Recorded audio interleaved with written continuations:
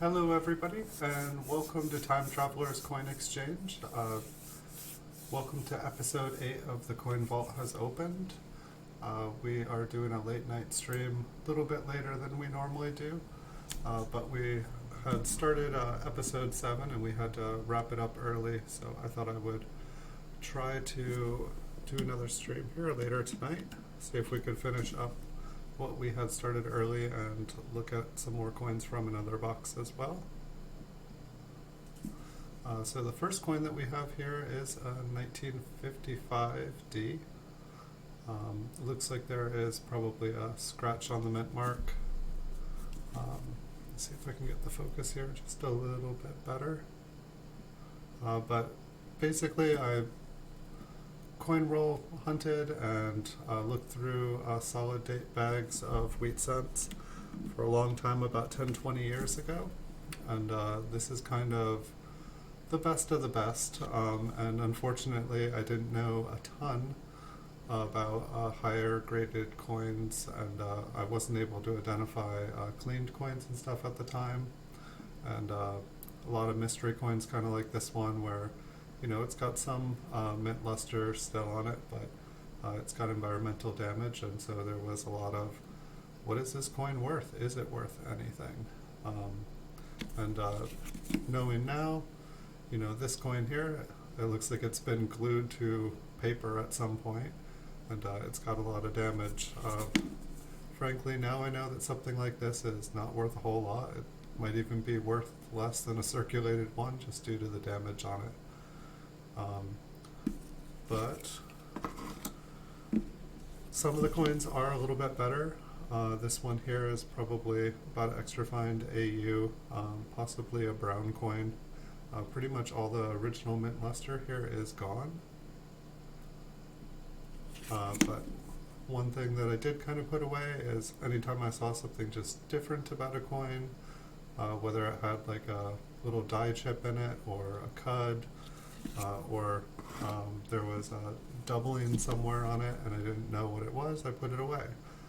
So this is a good example of something that just looks different. It's actually kind of error in a way. It's called a Liberty error, and it kind of looks like there is an extra I in the lettering. And people do collect these, and they kind of range from like the 1940s and 50s, so people oftentimes try to get one of each. It's, from what I understand, it's kind of like, I believe it's like die deterioration, where a little piece of metal just kind of like made its way off and ended up right there. And the die just kept making more and more of them. So they're not worth a whole lot, but people do collect them just because they're different. We'll put that one aside and we can take a look at it up close. This one here, it looks like there might be a little bit of environmental damage or kind of something in between the letters and God up there, but it looks like it has most of its original mint luster. It's kind of it's almost red, but I'd say it's a red-brown coin. And so this one is looking a bit nicer. It looks like it's got a couple carbon spots on the reverse. And so this is also kind of one of those things, it's like, okay, this coin is almost full red, but it's got a couple spots on it. What is it worth? And just trying to gauge and price something like that, it was difficult back then. It still is a little bit difficult. You can still find a lot of coins BU from the 1950s. Towards the latter, they're a lot easier to find. 1950, 1951, 1952, pretty much all of the mint marks, they're all a little bit better grade, or a little bit more value. So this one also looks like it's probably about a red-brown. It looks like a small scratch on the reverse and on the bottom kind of field there. And it looks like there's a scratch on the wheat ear. The carbon spots on this one are a little bit smaller. This one probably would come in a very low grade still, though. It's probably like a MS62, MS63 red-brown would be my guess. I mean, it looks like it's got a lot of luster on it. but my guess is it's not quite there. This is an 1855D. It looks like it's another Liberty. The I looks pretty pronounced in there. Hey, welcome Theo T. Good afternoon, good evening. It's pretty much nighttime here. This is, I think, the latest I've started a stream, but I had started this stream earlier today and had an appointment that I had earlier today, and it ended up being just a little bit earlier than I thought it would be. So I ended it and just kind of got to go through the last few coins up close that we had gotten through. So I thought I would try to finish looking at this roll and maybe start another box of them. So it looks like this 1955D is pretty much normal. It's kind of like a AU to very low MS. It looks like it's pretty much brown, but I'd say it's got a little bit of wear on it, so I think it would be more of an AU almost circulated.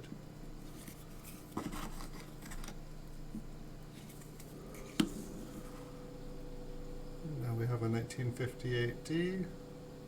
It's looking pretty normal. Kind of same thing with this one. It's like almost mint state. It's definitely lost its luster. It's turned brown. And so my guess is this would probably be like a high grade AU. It looks pretty original.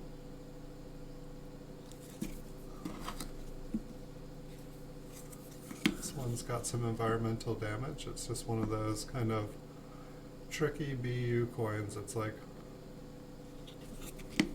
it's almost red, but it's got some environmental damage, and so it's kind of like, what is it worth? For the most part, when coins turn green, there's no going back. I'd find it very difficult to sell a bunch of these probably with any kind of large carbon spots or green. This one almost looks like it's been kind of cleaned around the date, just the lines there. It looks very interesting. It just doesn't quite look natural. The rest of the coin kind of looks natural. I'm wondering if they decided they would try to clean it and see if they could make it a little better. The back looks pretty much original.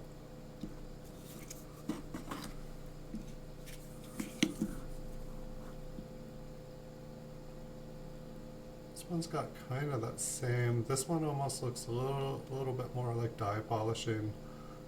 I'm guessing this happened at the mint. All the lines are just very even. In person, I don't really see an interruption in the luster, but it's definitely got a lot of brown on it, so it's probably a red-brown coin.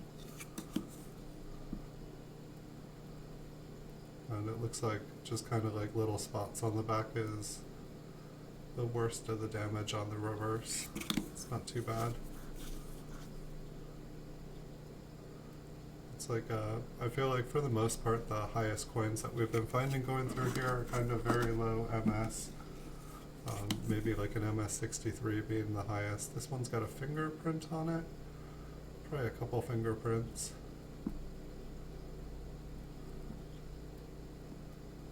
Looks like this one was handled pretty well. Fingerprints on the reverse. A little bit of scratching in the bottom of the fields. This will probably be like, I don't know, I don't see many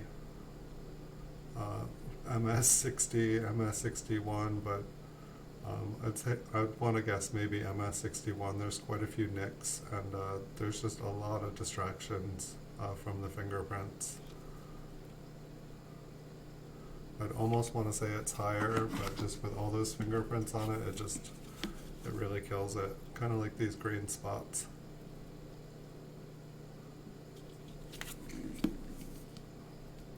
It's definitely a large, darker brown, like kind of like the top left corner or top left quarter of this coin is just kind of brown. But the green spots on the front, the like kind of foreign material that's oxidated on the front of the coin, it's just really killed any value this coin probably had. Somebody might want it for a penny book or something, but still, the spots just do not make a coin look beautiful. This one looks like a pretty even brown. It might be a AU. Trust is pretty well worn off. Almost looks like there is like some extra wear there. Yeah, don't clean it as don't clean it any coins you find at all. Definitely not. It's actually funny. I was like watching like a bunch of videos of how to clean coins. People were putting coins in vinegar and salt. People were putting coins in ketchup. I don't know why I was watching the videos. I was just like, I was more curious just to see what they did. But putting coins, cleaning them, there definitely are kind of professional ways, and you have to be extremely careful, and there has to really be a reason why you want to clean it, and primarily it's to like kind of preserve the coin, to stop something from happening to it. But for the most part, if you ever go to get the coin graded, they're going to be able to tell it's cleaned.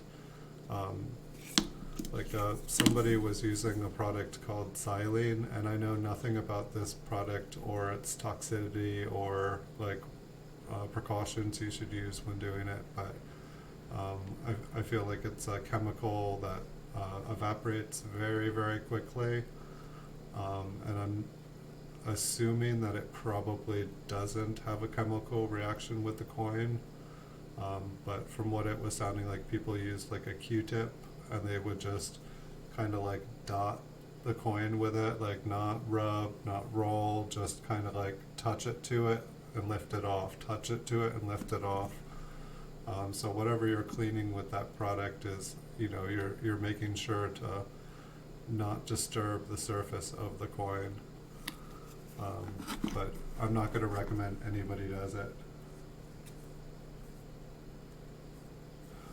Yeah, we'll probably see some examples of coins that have been cleaned in this roll. I know we were seeing a lot of them yesterday and this morning, but it kind of turns them a light colored copper. It's kind of like a bleached out, kind of like, I don't know, like light pink, light copper color. Sometimes, it's one of the videos I saw, they were using like 8 different, techniques, just like from like vinegar and salt water and ketchup and apple juice and lemon juice. Like copper reacts to a lot of different chemicals, especially things that are acidic, in a lot of different ways.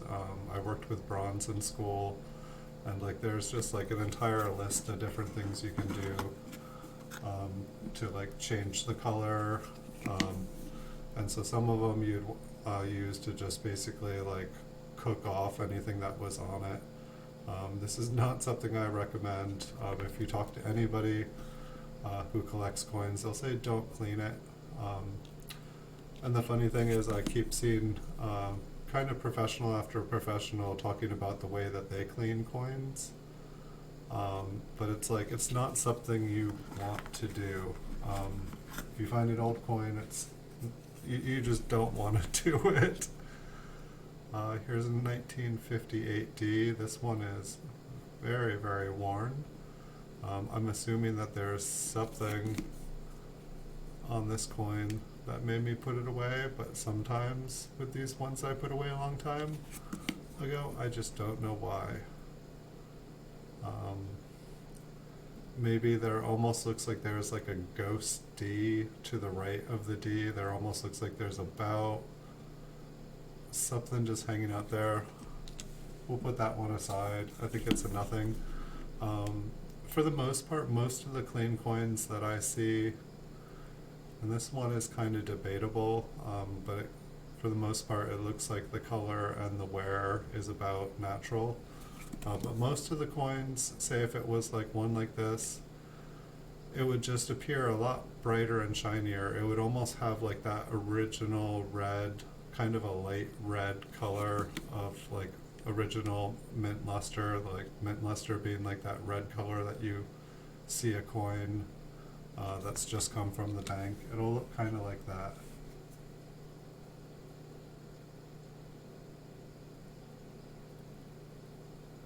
Yeah. I mean, it's like, say, like with this one, it's like, you see like a little bit of grime on it, you see a little bit of dirt, and you think, I'll clean it, or there's something sticky on it, I'll clean it, or, there's just, perhaps, it's like one reason someone might clean a coin is there's a bunch of gunk over the date. And you can't see what the date is, and for all you know, it's a key date. Someone might want to clean it to see the date, and by the time a coin has like a bunch of gunk over the date, if it's a wheat penny or something, it's probably lost most of its value. And if you do discover that it's a key date, then at least you have a key date. You're metal detecting, and the entire everything is obscured. You can barely tell what kind of coin it is. Yeah, it kind of makes sense, especially if it's a modern coin. But like if you have like old coins and they're just like kind of dusty, just leave them alone, even with like the dust and like a little bit of debris on them. Pretty much every time you touch the surface with your fingers, it's leaving oils, which are going to have a chemical reaction. If you brush that dust and dirt off of it, it's going to put little tiny scratches off of it, which is going to remove the original surface. There's just so many reasons not to do it. If like a professional has the coin in their hands and they're wanting to somehow preserve it, and they know what they're doing, there are ways. I think like some of the grading companies offer like, I don't know, like some sort of professional cleaning. It's like used for preservation purposes. But it's like a bunch of the chemicals that are the right ones to use done the wrong way are definitely going to damage. And if you have a nice coin that's already gradable, and there's just something small with it, you should just leave it alone. Like I was watching someone and they were kind of taking like tarnished kind of older silver, and they had a way of like kind of lightening up some of the darker coins, but it's just not something you want to do. And like even just taking a cloth and like kind of rubbing it, it removes the surface. It's just that easy to damage a coin. I feel like silver coins are probably the most common for people to clean, because they'll want it to, they'll think, oh well, I want to bring it in and show it to the dealer in the best condition possible, so I'm gonna rub off all this stuff, and they just end up removing the surface of the coin, and it detracts from the value. And then you go to sell them, and the person selling to us be like, oh, this was a really nice coin, if only somebody hadn't cleaned it.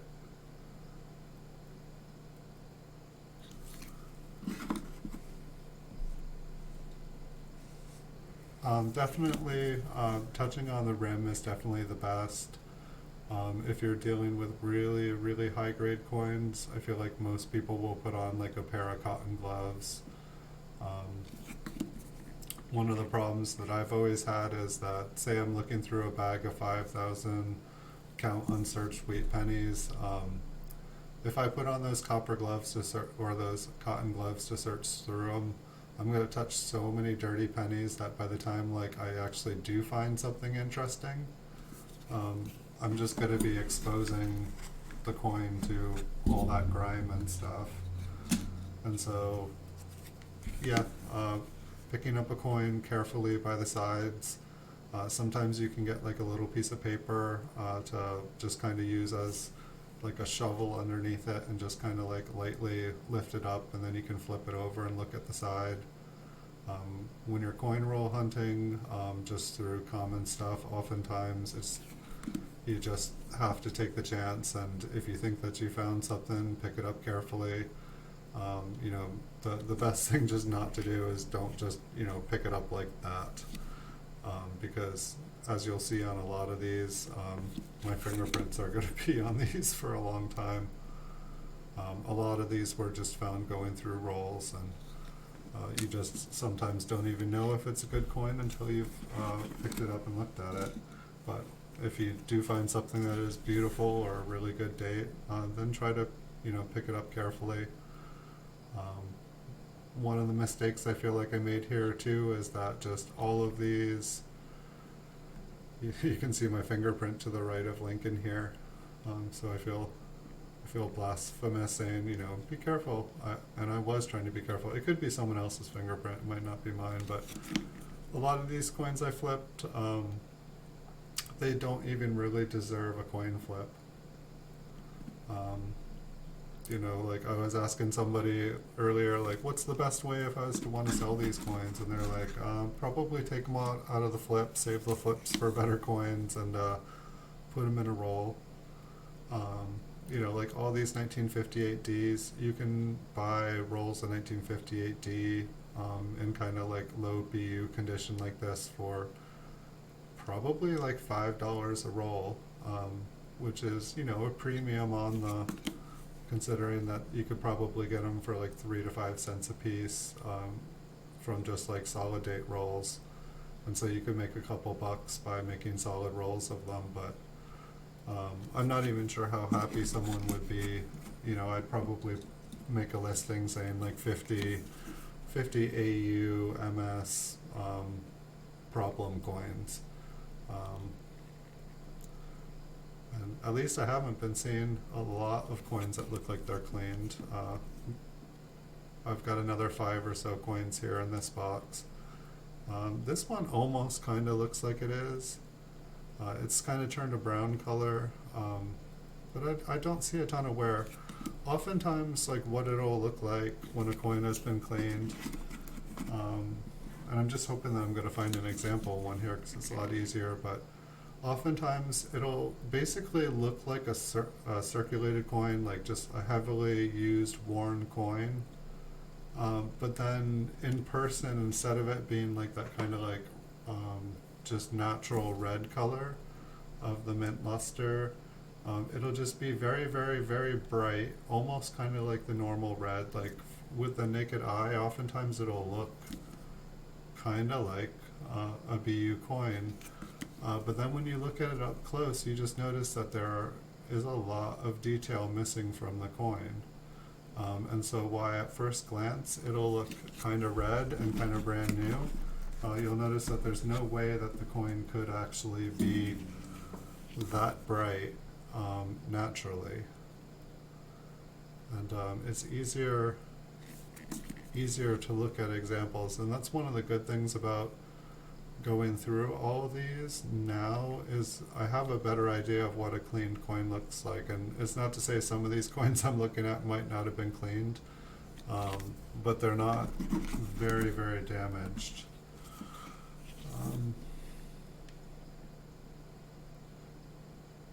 So basically it's like they'll usually be very bright, they'll usually kind of have a scratchy surface. Oftentimes, since they'll be circulated, they'll just have thousands and thousands of little tiny scratches on the coin, yet they'll still have that bright, happy surface that a brand new coin would have. But it's just, the mint doesn't make a bunch of coins that are all super, super scratched like that. There's no way they would lose that red color, they would turn brown. And so by the time a coin is super scratched up and worn, it shouldn't be bright like this. It's like the red that you see on the coin, like that is the mint luster, that is the surface. So this one looks like it has a rim ding at 10 o'clock and at 4 o'clock. And otherwise this one is a pretty nice bright coin. There's a considerable amount of the coin that is kind of brown on the top field in the center, like kind of midsection. But those two brim dings, I believe they looked like they were big enough to basically make the coin considered damaged.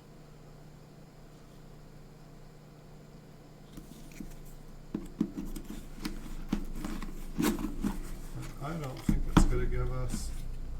It's like I'm actually wanting to find a clean coins now. It's kind of hilarious. it's like this one, it's like almost looks like it has its luster.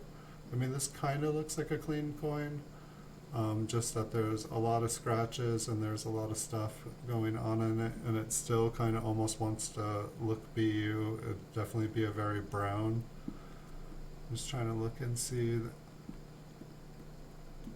This one just looks like it has an interesting 5. Like there's a Liberty error as well on this one. There's like the extra I. So it looks like that's why.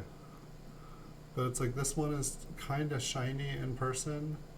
But it's like you can see when I put it on the side, you can like the glare is kind of messing up here, but you can see all on the bottom section there, like all the little nicks and stuff. And like it just shouldn't be bright colored down there. You can see in the wheat stalks there's a bunch of little like lines and a little darker spots. Yet the 1 cent area, like all the lettering is kind of bright red. And that kind of shows that it may have been cleaned.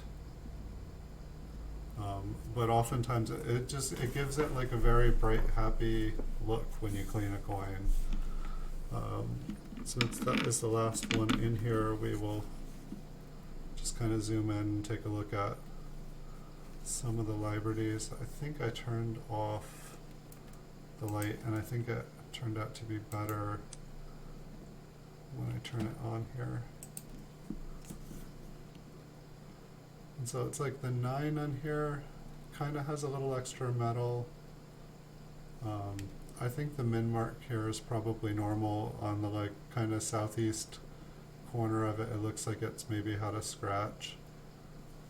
It almost looks like there's a little bit of metal on the left side, on the western side of the mint mark. But I think it's probably just some crud. There seems to be some stuff on the surface. The I in between the B and the E that's not supposed to be there. It's definitely there. So I'd say that's probably why this coin was put away. The mint mark on this one looks kind of odd shaped. It looks like the 9 maybe had a little doubling on it. The 8 looks like it maybe got crushed. And I don't think there was anything on the backs of any of these, so we'll just check out the fronts a little bit closer. The mint mark on this one kind of looks interesting. It's like I don't know all the varieties for the RPM, so it's a little bit harder for me with these ones that aren't 100% bright and happy to be able to say, oh, okay, that marker right there.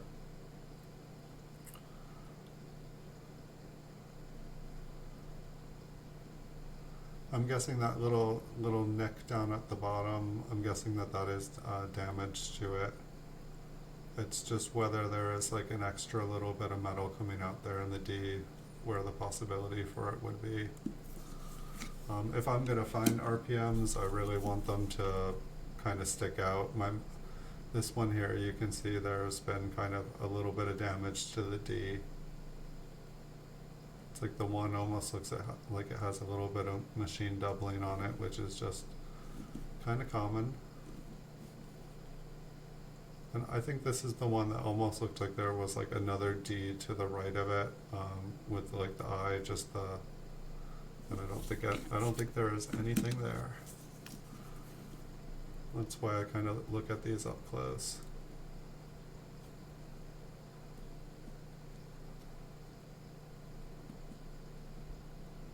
And there almost looks like, I feel like there should be kind of a point on the top of this D, but there almost looks like there's like a little bit of metal under where it would be, but it's just the same kind of thing.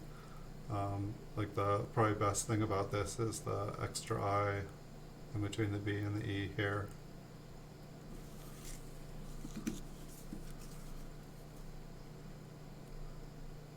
And I'm hoping in one of these rolls or boxes that I've been going through, we'll start to find some nice RPMs just so that we can have some to have as examples to look at them. And for a lot of these years, there are a lot of them. It's just crazy how many minor RPMs there are.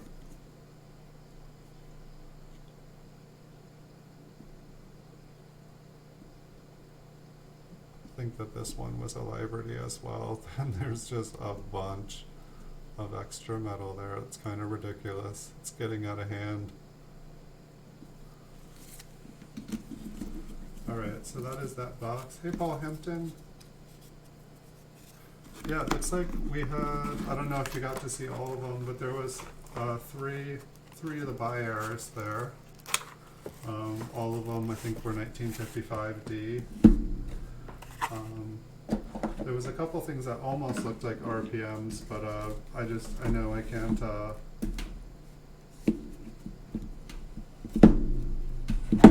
My microscope just doesn't go in quite close enough. So I've got another box here. We will start going through it. Almost done here. So how about the dust? Let's get the camera back to where it was. And Theo was asking about clean coins, which yesterday we were having a ton of clean ones. Fortunately, that roll there looked pretty good. I wasn't seeing a lot of things that really looked like they were clean. This one's got some fingerprints on it. This one, the color of it is kind of interesting, but I think it's just like the top is kind of a red brown while the kind of right side has turned brown.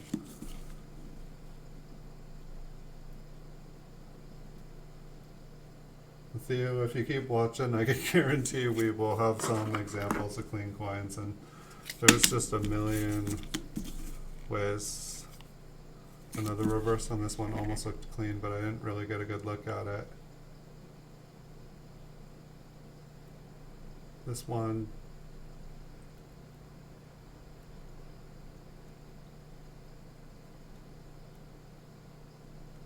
yeah, there's a lot of minors. For the most part, I feel like with the magnification that we have here, the best we can look for. Yeah, I think the back of this one has kind of been cleaned.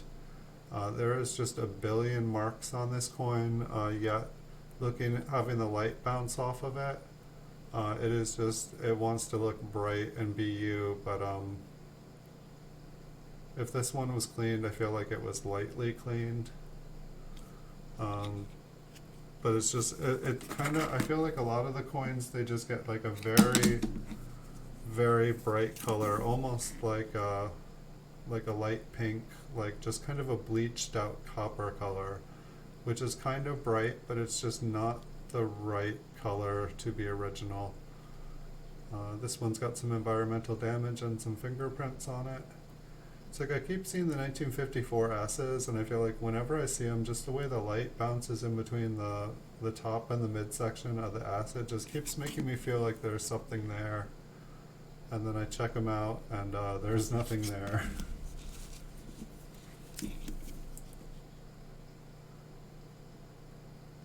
So we've got a 1954 S, quite a bit of scratching on it. This would be extremely low BU, maybe an AU.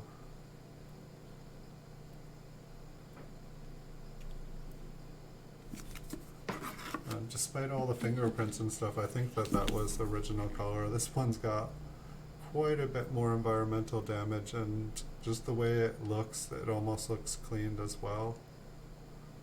It's got a little bit of kind of purplish toning. Not really attractive, more in the red-brown, just purple being a color of brown.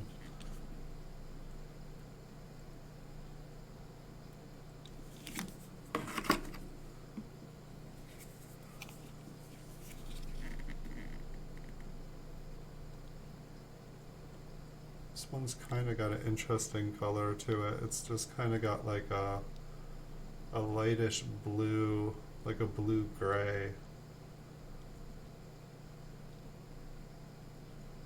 I've had a few coins toned kind of this color.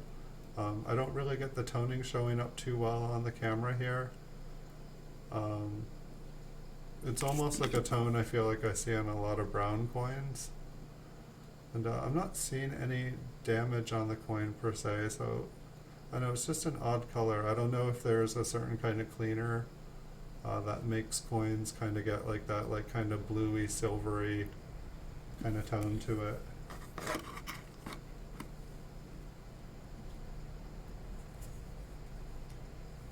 Yeah, like it seemed like each one of those 1955 Liberties, it just seemed like each one of them got like a little bit more extreme. Like that last one we looked like, it was like, you know, the I was there, it was like connected to the B and the E, and then there was just even more metal just spilling out all over the place. I'm just like looking at this one like, why did I save it? What's going on? Maybe it was the fact that it kind of had a little bit of toning. And I guess I wonder about this one being clean, because it's like you look at Lincoln and there's just no detail left on his face. Like it just looks super worn. And so maybe this one has been cleaned. I mean, some of the fields look pretty smooth, but like you look at the amount of detail on Lincoln, he just looks worn out. And then if we look at the reverse, like this, the reverse, it just looks, the reverse looks like a circulated coin, while the front almost looks like it has some original luster that's turned brown.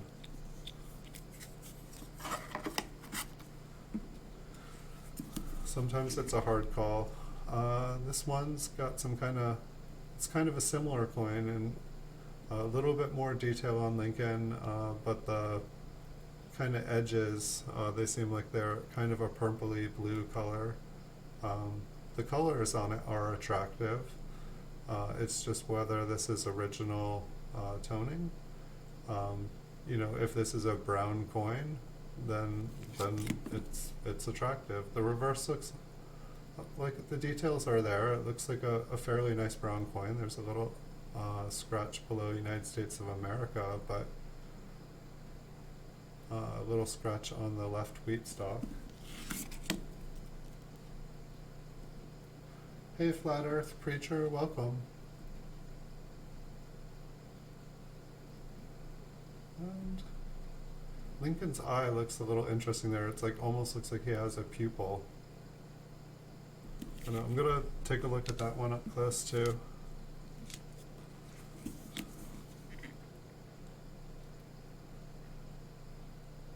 This one looks pretty brown.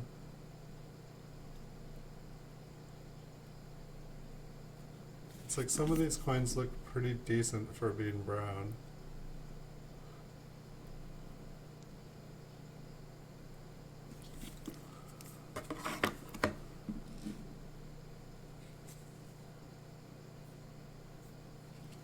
Yeah, this is true. Looking under this magnifier, anything wrong with this coin, any of these coins, it's like we're seeing all the damage 10 times larger, or like 40 times larger. And I'm still curious if like there's a little cone on the front of my microscope. It says it like the thing twists all the way to 200x. But if you go to 200x, if you go past like 40, you can't focus it with the focal length. So I'm almost wondering if I remove or like kind of like grind down that to about half the size, if I can go, I'm almost wondering, it's like I feel like companies, they'll make products and then they will kind of remove features from, you know, they'll make a perfect product and then they'll make 3 versions of the product, and they will add like a defective element to them to make, you know, the perfect item that they made to begin with. I don't know, it's just like it's like you write a computer program that's perfect, and then you remove 2 of the key features, and if you want one of those key features, you have to pay a little bit more. And then if you want all the features, you have to pay for the premium service. And so I'm wondering if this microscope is like that, where if I just, you know, cut the little plastic thing on it, because I swear if anything small enough to fit in that cone, I can like zoom up way, way farther. This one looks kind of circulated on the reverse. Almost looks like there's a die chip, but that could just be some damage on the left wheat stalk that you can kind of see the little shiny part. I'm not going to be able to confirm that. This one says it has an error on it. Do we see anything?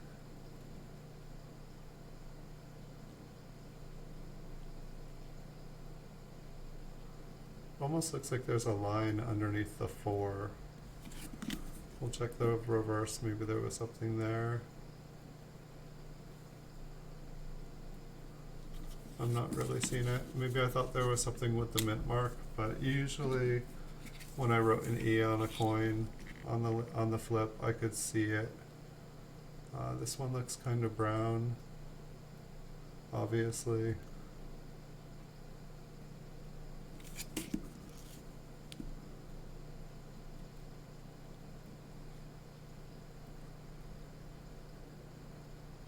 It's like I feel like telling the difference between like a very high AU coin and an extremely low BU coin, for me I feel like that would be a difficult thing to do.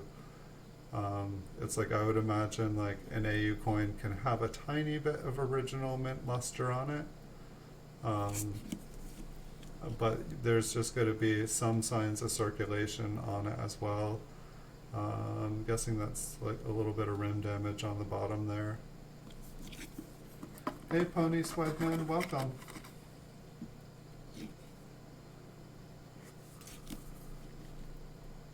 And here we have a 1954S. We've just got like a bright silvery look around the date. Just a little bit odd to me. It's possible that there was like a little bit of mint luster down there, but there does look like there's a lot of wear to Lincoln's face. And I mean, the face is one of the higher devices on the coin, but I don't know, like if you see how there's like scratches and stuff that go right through all the shiny area, yeah, it's still bright and shiny. I guess I wonder, like this one, like anywhere that it's like kind of that silvery color, it is just bright. And then everywhere else is just kind of brown. The higher devices on the coin, you know, like those probably should be like kind of a darker brown, the 1 cent, but it's really bright. To me, I feel like that means at the very least, there was like, you know, some friction, some attempt to rub or clean the coin. And that's the thing too, Paul, is that like, yeah, I swear my old computer, I used to be able to focus it a lot better. And I just don't know, I mean, that was like 4 years ago I was using it, but I swear I used to be able to go all the way into the mint mark. And so I don't understand why, if I have the camera right up against the coin flip, that I'm not able to focus it farther. Perhaps, I don't know, it's like when I twist the little knob, I can see it like extend and move upwards, so it's definitely moving closer, which just gives me a little bit of mystery about it. I don't know, it's kind of like this coin here. I mean, maybe wasn't the one I was looking for, but when I remembered finding that Lincoln with the lamination error that looked like horns, it looked a whole lot more like horns in my memory. And so part of me just doesn't know.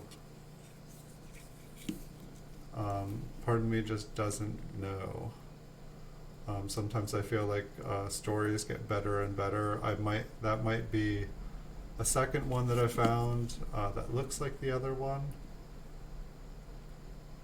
This one kind of looks like it has a die chip in the tip of the wheat stalk there.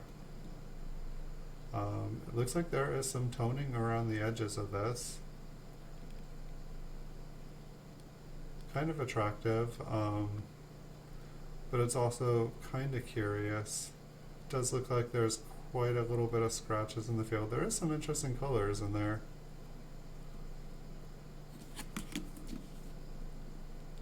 There's also a bit of environmental damage on the front. I guess it's possible that some of the fields could have received a little bit of rubbing.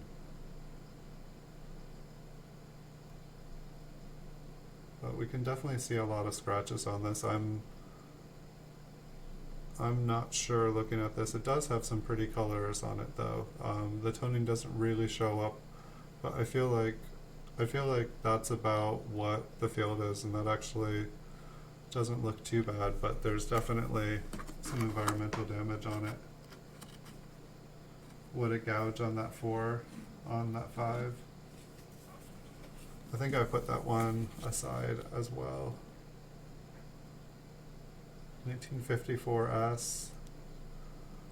This one looks like it's red-brown, nearly brown. I mean, the entire top of the hat coin is pretty much brown, just around like kind of the smaller devices, the lettering and numbers and stuff. There's still some mint luster, but pretty much everything is hiding on it. It's kind of interesting. I feel like there is some interesting kind of toning on a bunch of these in this box, and I don't feel like I saw a lot of toning on any of the coins we've looked at in any of the other episodes so far. This one here is looking pretty circulated. You can see a lot of wear on the chin and the cheek and the head.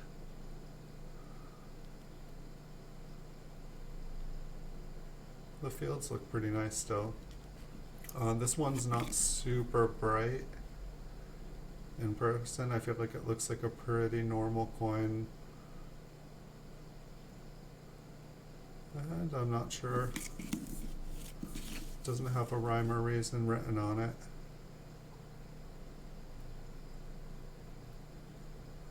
Maybe the S at the top. I mean, it definitely looks thicker, but it almost looks like it splits. I'm not sure if that's the thing for this. Yeah, carbon spots too. Check out that beauty. I mean, we've got a bunch of wear on this one. I don't think it's been cleaned, just damaged, or at least not cleaned with an attempt to make it look original.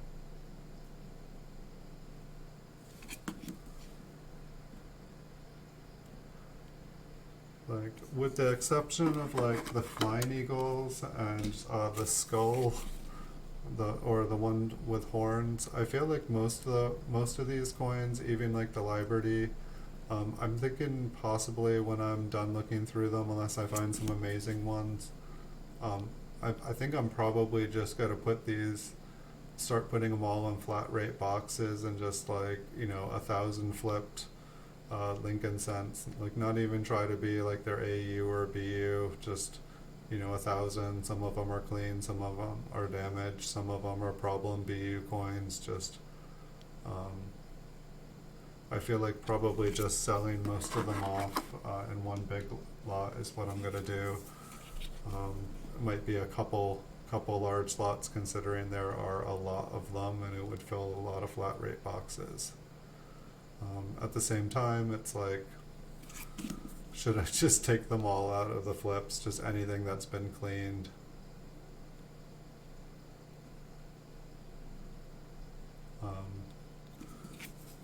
I just, for the most part, it probably takes up about 10, all the boxes and everything probably take up about 10 cubic feet. And I could probably use that space for something better. This one's kind of got some interesting toning on it. I'm trying to read the surfaces on it, but like looking at it from a few feet away, I feel like I can see like kind of some different colors on it, but it doesn't look like it's going to show us.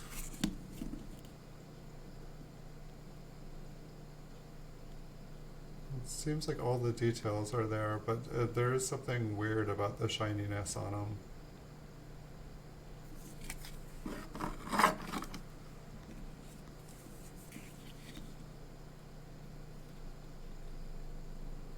I can't tell if that is debris. I'm guessing that's probably debris, but we'll check out the mint marking above it on this one.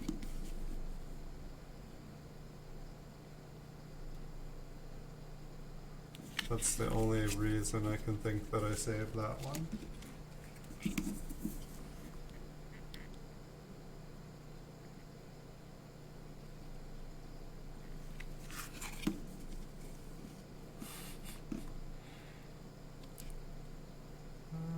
What's that? Dust? Yep. It almost looked like that same triangle shape of the tip of the wheat stalks. I still haven't, I know I found quite a lot of ones that had like kind of like a doubled tip, or at least like have like that triangle line. And I don't think I have seen any in any of these boxes that I've opened up. And part of me is wondering if like how many of these coins had carbon spots on them, and how many have not had carbon spots on them before I flip them. Part of me is wondering if that one's got an interesting filled 5 there. It's not usually, I feel like, where I see the coins filled.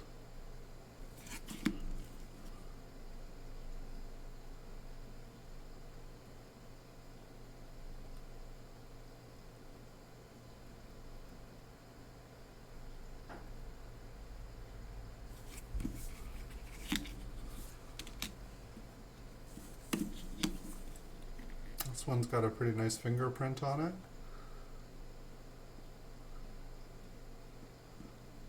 Maybe I can sell all these coins to a police station or something. If they want a copy of my fingerprint, I can give them a couple hundred.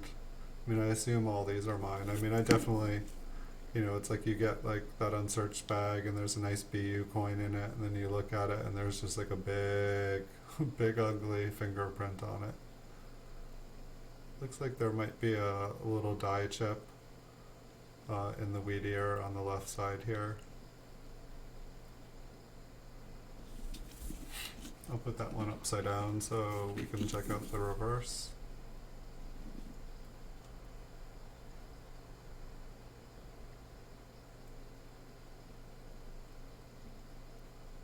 It's like funny, I feel like pretty much every 1954 S that we've been seeing, it's just the way the light bounces in between like the top and the middle of it. They all just seem like they've got something going on with them.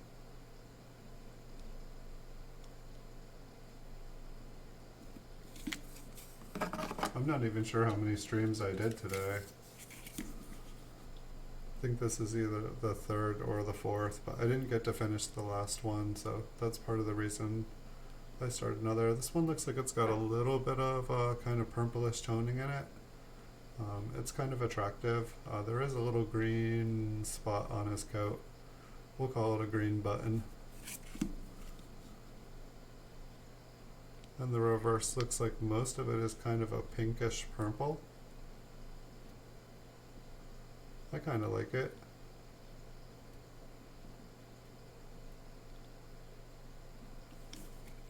Do you think this is a clean coin?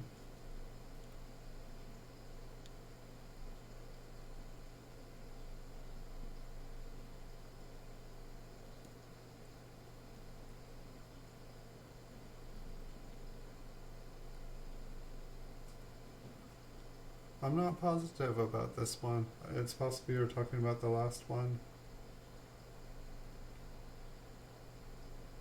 It's like I see the fingerprints on it. Like the lettering is definitely, I feel like the lettering should kind of have the same kind of colors going on.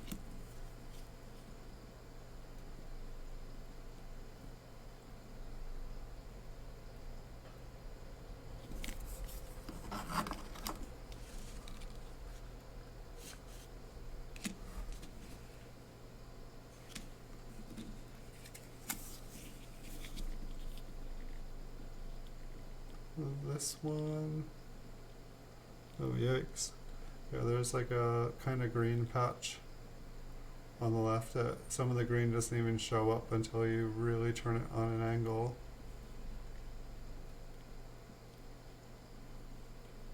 Just trying to get a view of the S there. I don't know, there kind of looks like there. I think it's just, I think what happens is like all the like kind of like little debris and stuff. This one almost reminds me of a cleaned coin, just it's like you can see all those like little just thousands of nicks in the coin. But then it like has like what looks like a bright red. But it's like in person this one actually looks pretty decent. It just looks kind of corroded.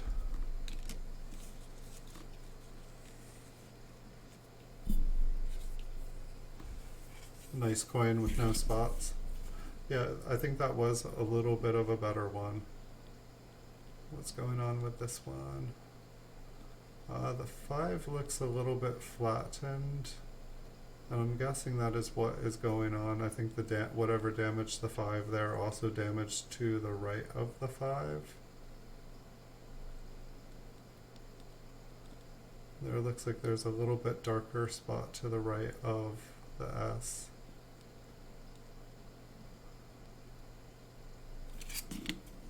Part of the coin had kind of like a funny looking shine to it.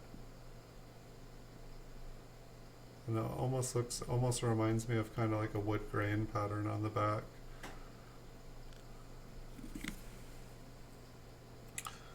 And definitely I feel like here at nighttime, it's like during the daytime when the natural light is coming into the house, I can just kind of look down on the coins and see them kind of the way you would under a light. I've definitely found that at nighttime when I kind of like go to take a closer look, the coins just they're like kind of a dark brown. So it makes things a little bit easier. Normally I can like kind of be like, oh wait, let me check that out. But at this time of night, it does not seem to work very well. This one's some kind of interesting colors to it.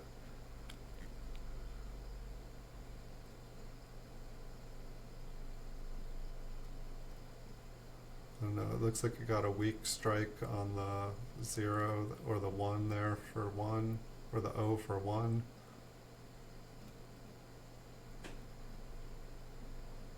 But something doesn't seem consistent about the way the color is. It does have most of its detail, it just looks like it's a little bit of a weak strike.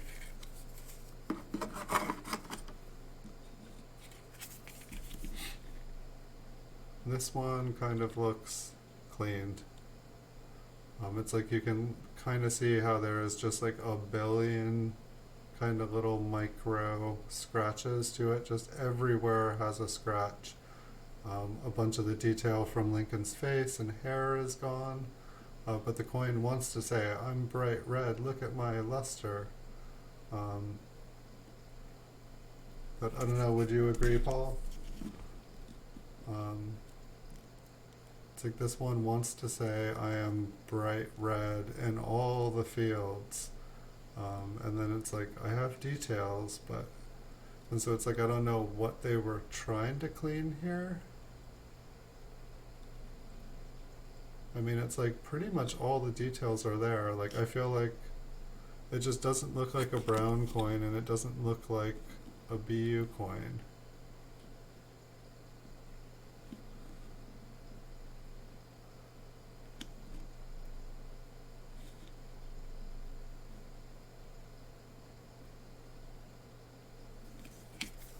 I mean, like, and I think that was one thing that like confused me is like, I feel like I've seen some coins that were like kind of like struck through grease or something like that, and it gives the surface like a really weird, sometimes I feel like letters are missing and stuff, but like for the most part it just gives the coin a really weird appearance. I'm not sure what all the red on Lincoln's head is. I'm guessing that's some sort of paint.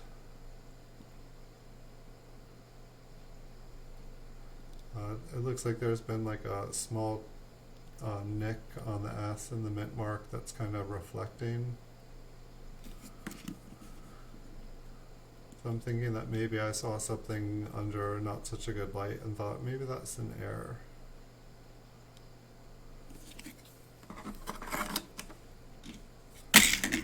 Oh, almost made it right to... This one's got a fingerprint on it. This one looks like it's wanting to have a bunch of color on it, but I think that this... I almost want to say this one has been cleaned too, because there's just a lot of scratches and like darker areas, and then it wants to be super, super bright. It's just something doesn't feel right about it. And then we go to the reverse and it's kind of brown. It looks like most of the detail is there, but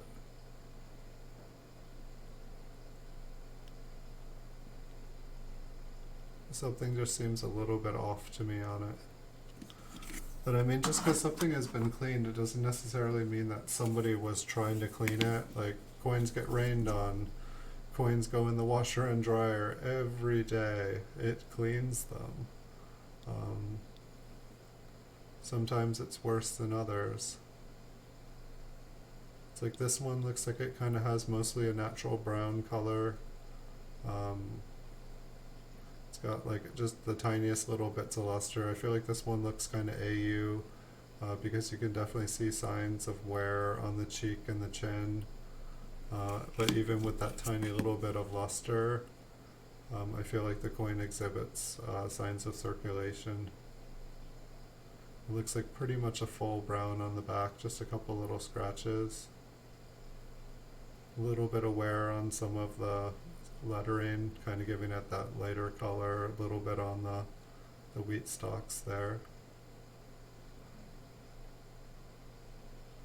I don't know, the reverse almost looks like extra fine or something to me, but maybe it's a AU.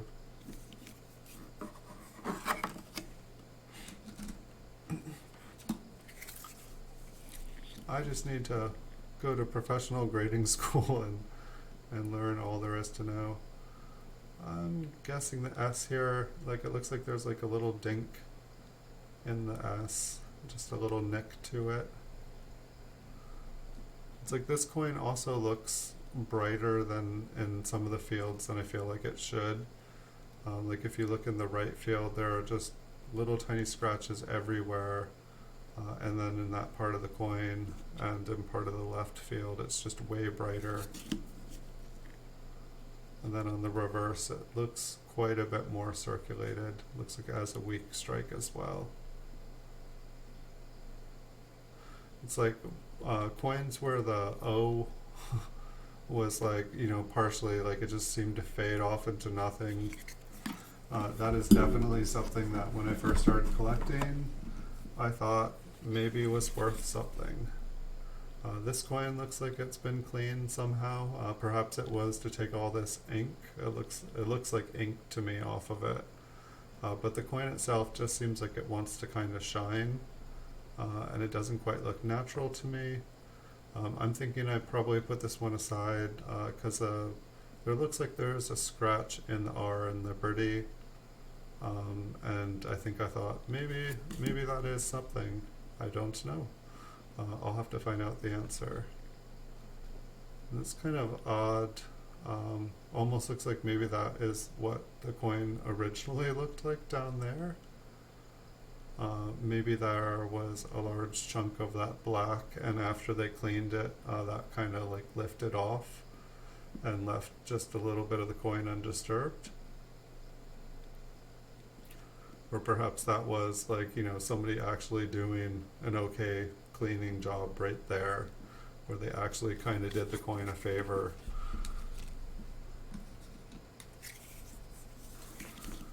This one looks like it's possibly an AU coin. Just a little bit of wear on the cheeks, just enough to say, I've been circulated. I'm no longer mint state.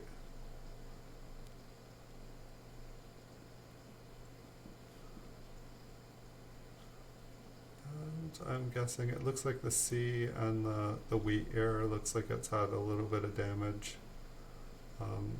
It's like oftentimes when like one of the higher devices, it seems like gets like kind of a dink. It kind of get where it gets squished or scratched. It just the light reflects off of it more strongly than the rest of the coin. This one's got some spots on it. Almost looks like there's a tiny, either the B has been damaged or it almost looks like there's like a tiny little bit of metal in between the B and the E and Liberty. We can take a look at it closer. I don't think it's anything special. We got some carbon spots or some kind of something spattery in the back. Not super attractive to look at. Looks like maybe a scratch to the top of the left wheat ear, making it reflect a little bit more.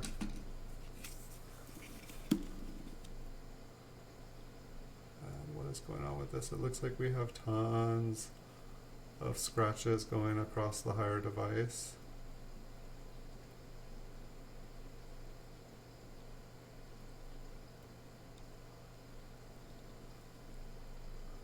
Was I thinking that there was a little bit of metal between the B and the E there? Is it just because there's luster there? And this one almost looks like the same as the last one, just the way the reverse is kind of spotted. And it's interesting, like both of the fronts looked like they had a little bit of mint luster, and then the reverse just looked spoiled.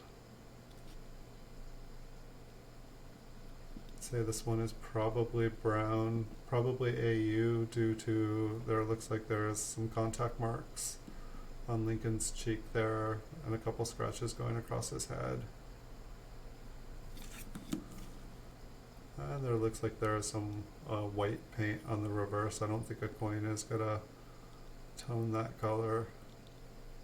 And then the same, it's interesting, like the backs of all these seem more spotted up than the fronts. And so I'm not sure what would cause the reverses to all have that in common.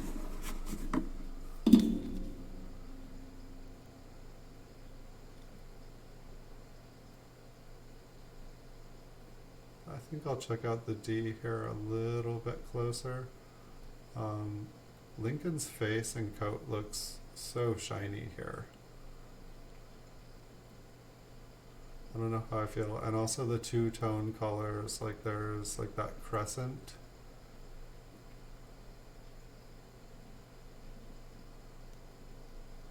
Look how shiny Lincoln is.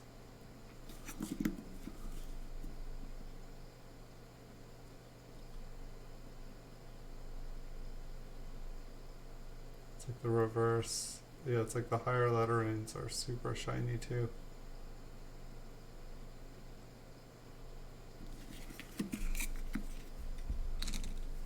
Like, I don't know, I was watching these silly videos of how to clean coins and I was like, oh gosh, I wonder how many people watch these and then are going to try it, and how many coins are going to get cleaned, or how many people are going to actually be looking for helpful advice on how to clean coins. This one definitely has some interesting colors. I mean, it's just interesting how like the whole midsection is like super bright, and then the top left field and right field are definitely so much darker brown. Hey Super Silverman. I'm doing pretty good. Thanks for coming by. We got some cool colors on the reverse here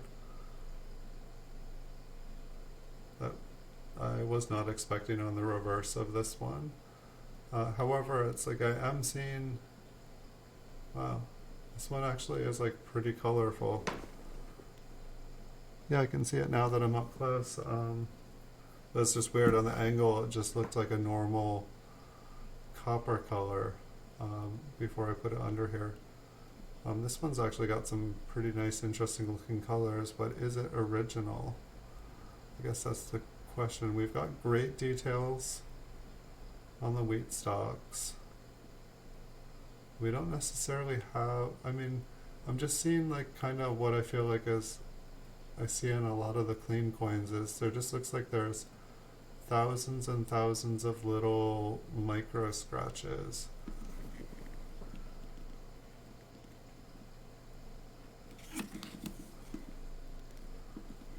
Is the front bad on this one? I'm just, same thing with the front. There's just tons and tons of what look like little tiny scratches. And so it's like, I feel like the top left field and the right, they kind of look like a very dark red brown. But then there does look like there is a little bit of color on here on the front, but the back was actually really cool looking. It's like that's how it looks like flat.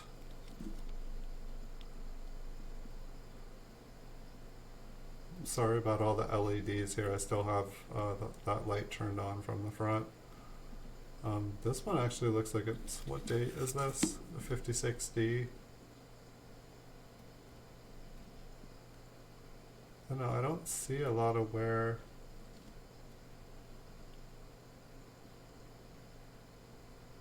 I mean, it's a brand new flip. I mean, it's been sitting in a box for 10 years. Like, yeah, when I turn it on the side and there's like that brighter white kind of, like that's definitely the flip, like the luster reflecting off of the flip.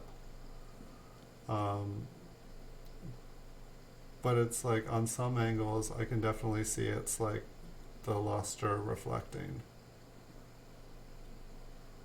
I know, we can look at it up close. Maybe we'll be able to see some cool colors on that one.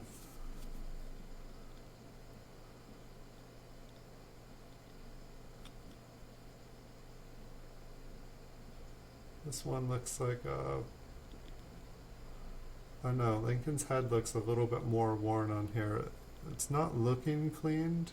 It's just Lincoln looks, maybe it's weakly struck. The fields on it looks pretty nice.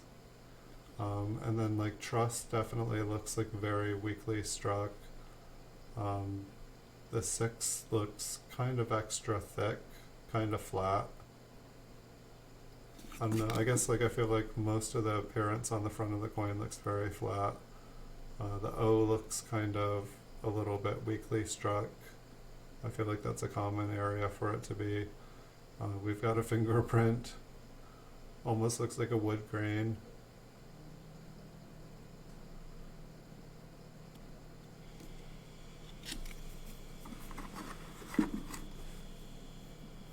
I'm not 100% sure. It could be. I don't see it on every flip, and these all came from the same box. Like when I do it on this angle, they're definitely, the flips definitely do like a white angle. It almost looks like it has a texture like the mint cello.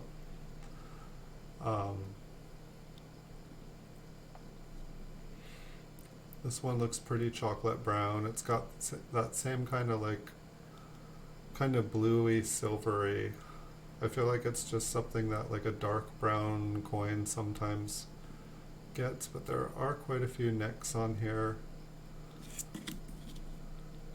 I don't know if there's a kind of cleaning product that kind of ends up giving coins that kind of silvery blue color. Counterstruck coins, I have not really legitimate ones, I feel like, in wheat pennies. But definitely mostly large cents, some Flying Eagle cents, probably had some Indian cents that had them.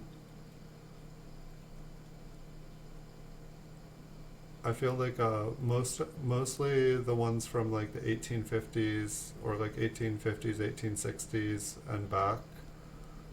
Did I find like counters, or am I thinking? Sorry, it is late here for me. It's like 10:30. Am I thinking of something else? When you're saying counterstruck, are you meaning like somebody like stamped in lettering and stuff? Am I getting the wrong term in my head?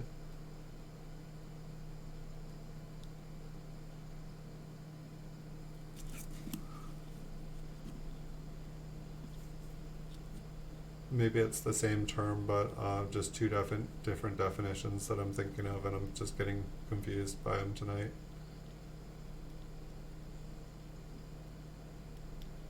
Looks like there's a little bit of green.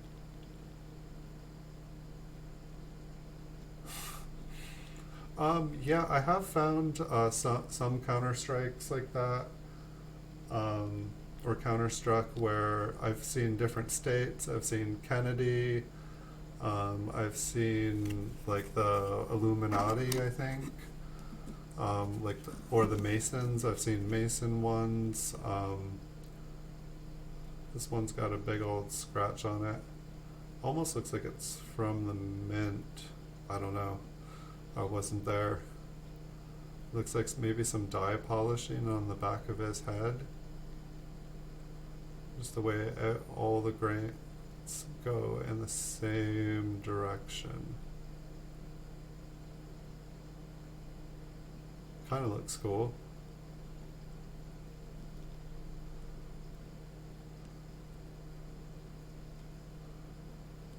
Looks like maybe a little dye crack at the top of his head. Maybe not.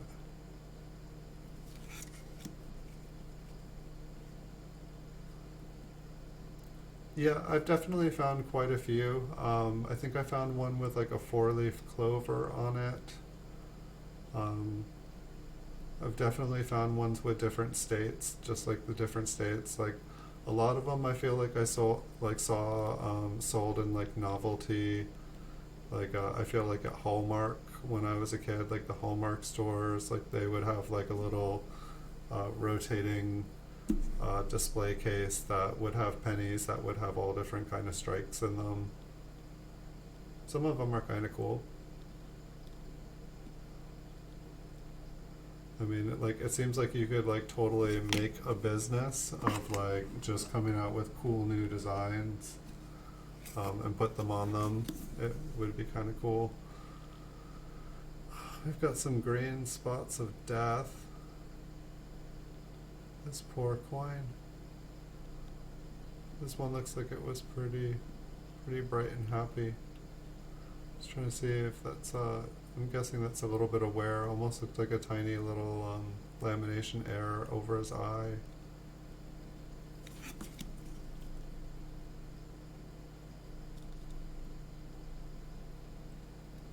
Looks like there's a scratch on the O and the E, or more of a scrape or a cleave. Just looks very flat on them. I feel like on some of the older coins, I would get like people's initials kind of stamped into the coins. It seems like not everybody these days has like kind of, I don't know if they were old press tools, but just like, you know, objects with lettering on them that you can stamp things with. I feel like people used to have like kind of engraving sets where they could like, you know, stamp into their different tools, their initials. Like it doesn't seem like, it seems like there's a new wave with YouTube of people learning how to like craft with different metals, and you know how to, you know, pour silver bars and then how to stamp lettering into them, and it seems like there's more people that are learning. But a lot of the older coins, it would seem like usually like a store would put the name of their store into it, like just stamp it in, and I feel like it was a way that they could kind of like claim ownership of the coins in case they were stolen. It was like kind of like the original insurance policy.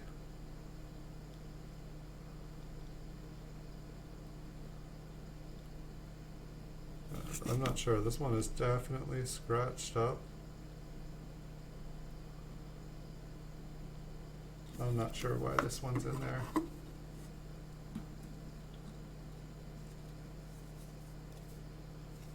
Yeah, it would be kind of like, I'd like to get like I'm sure, I mean it would probably be illegal to do it, so maybe I shouldn't. This one almost looks like there's an extra little piece of metal to the right of the 6.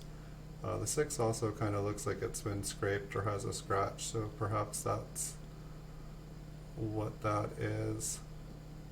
Maybe it got scraped off and just positioned there, but we'll take a closer look at that.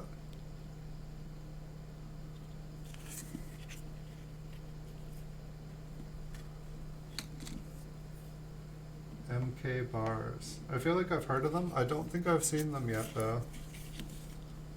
I definitely enjoy, I like went to, like the last thing I went to school for was for working with bronze.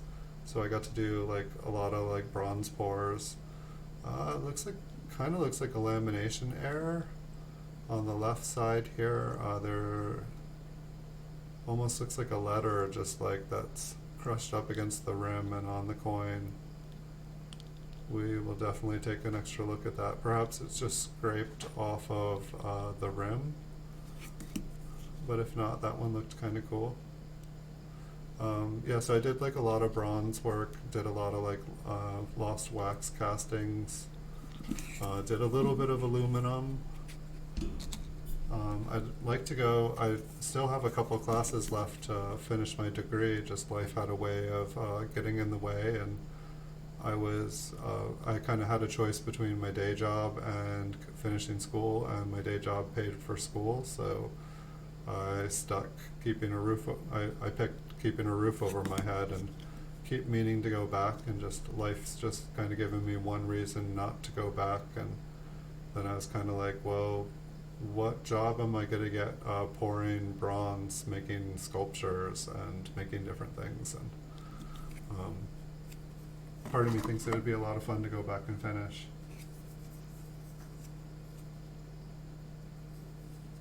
Nice. Yeah, I love the things that you can do with bronze and silver. I mean, it's like I could probably, take like any action figure and just do like put like a silica like kind of ceramic shell around it and attach a pour spout to it, and then just blow torch the heck out of that thing, burn the action figure out, and then pour, like make a mold out of it and just make like little silver action figures. They'd look kind of cool.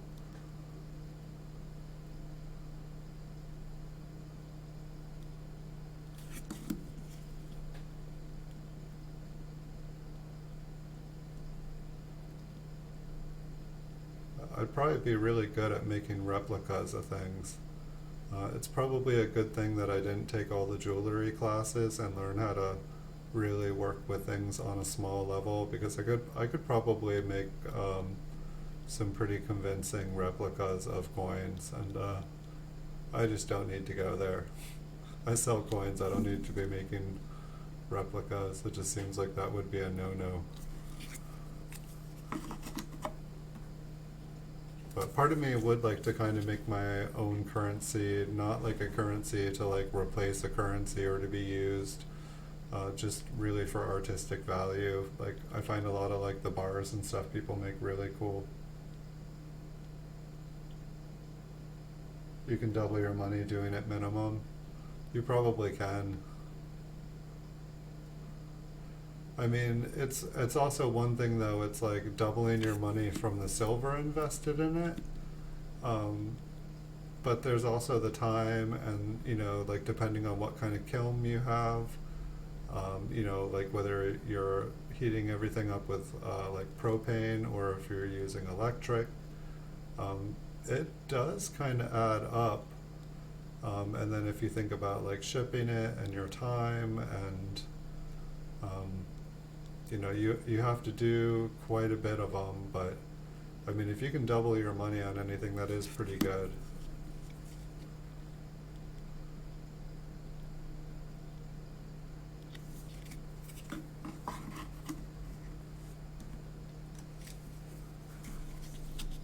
And I think the other thing I was thinking about was, just to get like, say like my business time travelers coin exchange. Like I'd love to get something that I could just stamp coins with, and just put my business name on pennies and then just drop pennies all over the place. It's like how many people would like find a coin with Time Traveler's Coin Exchange stamped into the coin and then go on the internet and look it up and either find the YouTube channel here. Or find my eBay store. It would be kind of like somebody I don't know if you guys have ever seen it, but ever get like a dollar bill that says like "Where in the world was George" or something.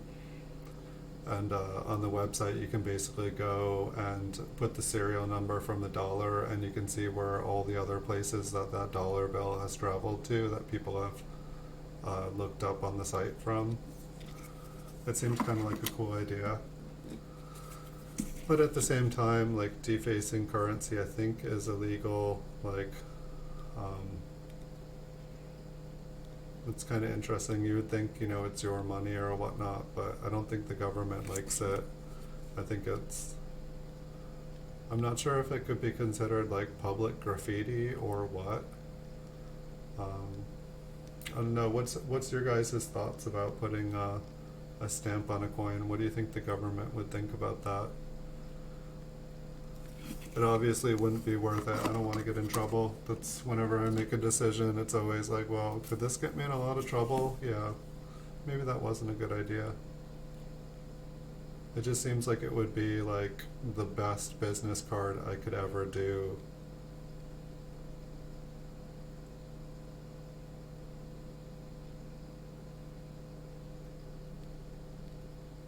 That's pretty cool. Yeah, I was thinking about, instead of trying to do it all myself and going through all the expensive learning curves, I figured that there's probably people that can just, make me 1,000 coins for like cheaper than I could. The wheat stock there, like, it keeps wanting. There's just a little bit of mint luster around the edge. I just felt like it kept giving a little shine. Actually, I think I have. Is it over here? I think I actually have a replica coin in this drawer if I can find it. If it hasn't been moved away. Oh, I'm making a mess.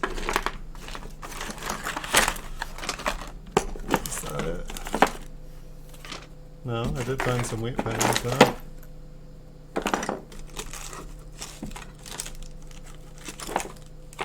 Is that it? Okay, here we go. So like this one like looked kind of cool. I mean, this is obviously a replica. Look at it's a variety too. Look at the 7 and the 3. But this is like somebody's business card. I thought it looked pretty cool. It looked like there's doubling on all of Liberty. I mean, why not?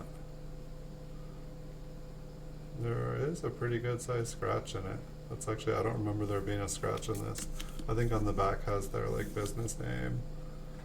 Miller's Mint, Ltd, Long Island,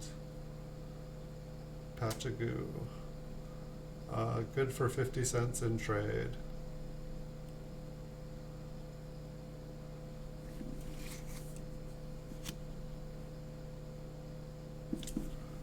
But I thought it was a kind of, what is this? Is this like the flowing hair? I'm not sure if there was a flowing hair for the 1793. I don't own a 1793. I own quite a few 1794s. Actually, oops, I'm pretty, let me sharpen the image here. That's getting pretty faded there. It's funny how like I can put my hand up and it sometimes works, but if I put a pair of scissors up there. But I thought that was one of the cooler. I'll just pull these coins out because I just found 2 random wheat pennies in a flip here.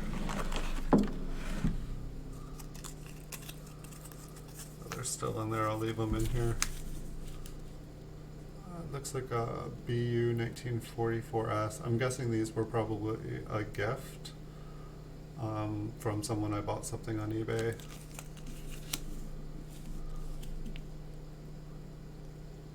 These 2 ones probably look like they're in better condition than any of the ones that we've looked at tonight.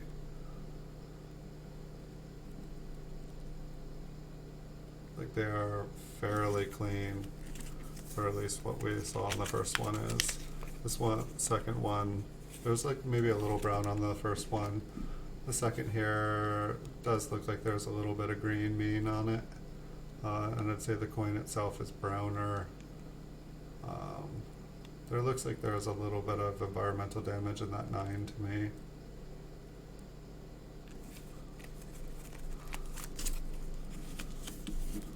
Check out the reverse on that one. Yeah, I'm not sure, those two in that, like, I feel like people have been saying these ones are better kind of to protect, but that they ultimately shouldn't be left in these for super long time. It's just kind of one of these, like, kind of thicker 2x2 flips. I'm gonna put those somewhere. God, I look so bleached out in this light. At least I'm a little yellow. I feel like during the daytime when I stream on here, I look like, nothing against having jaundice or anything, but it just looks like I have jaundice. The D almost looks like there's a little extra metal to the top left of it. But probably even when we zoom in, I'm not going to be able to see it too clearly. And boy, it's like how many pens have, like, I mean, when I see black like this, I think of like a pen exploding in a desk. It's like somebody's like tried to like protect a coin and put it away. If they're soft flips, that's bad. If the flip is hard, it's good. It was kind of in between. I felt like it was a little bit more flexible. I felt like when I was trying to like do it, it was kind of like bending. I was expecting it to be more rigid. So I'm guessing that the harder ones, it's like to make it like the plastic, well, to make the ones softer ones flexible, they probably have to put some sort of softening chemical, while the ones that are harder, I'm guessing, are like less inert. I'm guessing the harder ones probably have kind of the tendency to like crack a bit more under stress.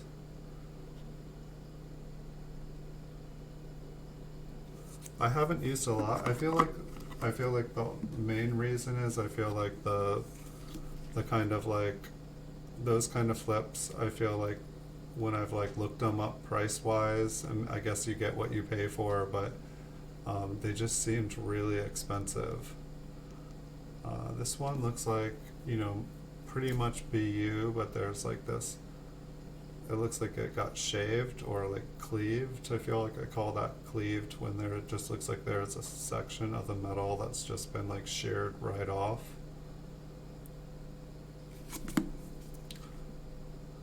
And I'm guessing that happened after the mint, because I feel like the coat would have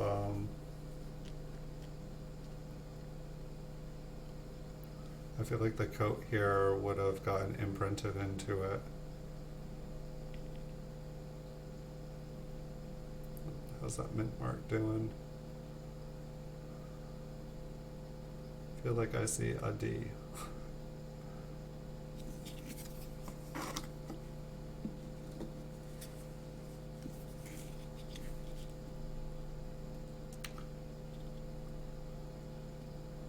This one almost kind of looks like it's been cleaned to me. There's definitely a fingerprint on it.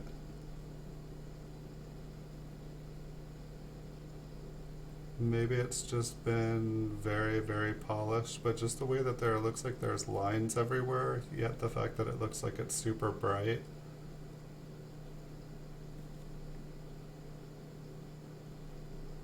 And I'm actually wondering, like, when like more of these like kind of not better date coins have been cleaned, I wonder how much of it is like purposeful cleaning and how much of it is just accidental cleaning. Like, it's like how many times, like how much do banks and stuff like clean things, or like, you know, different companies who handle currency, how much do they clean them? It's like the higher devices kind of look a little bit smoothed on this one. I guess most everything's there. There's a little bit of original red, but for the most part it looks like it's a brown coin.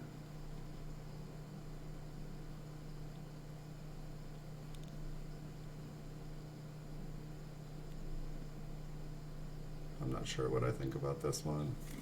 I do think I need a sip of water though.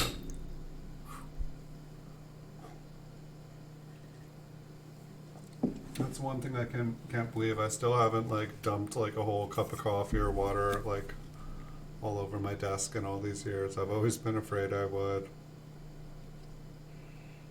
I feel like I almost like either almost broke my lamp or that mug. This one looks like it's pretty much a brown coin. Most of the red is just around the higher devices here. Almost looks like it's wanting to have some toned colors, but it's this kind of like blue purple that like it seems like red brown coins get. I don't know if it's right before they go full brown. And then on the back it just looks full brown, but yet it also looks like a little bit, I guess there's some environmental damage, but for some reason it just looks a little bit smoother. But yeah, I guess I just don't, and it's interesting too, it's just like looking at this and then looking at this, like it's like, was this just like face down on the ground while this was like up exposed to the elements? It's always interesting how some coins will exhibit a lot more wear on one side than the other. This one has a lot of nicks. I mean, it looks pretty much circulated. I do see, I'm guessing it's just a little scratch. It's like I almost feel like I see a little extra metal at the tail of the 5, and then I feel like I see a scratch to the right of the D. I'm guessing that it's probably just damage to the coin. This coin looks like it's had better days.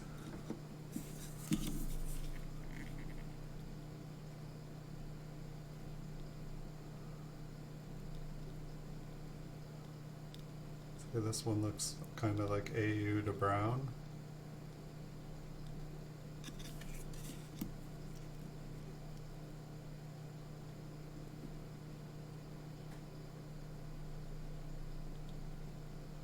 Thank you, Super Silverman. Yeah, I definitely, it was like a coin toss tonight. I was like, do I do another stream tonight? Or do I just want to relax and watch and learn on someone else's? And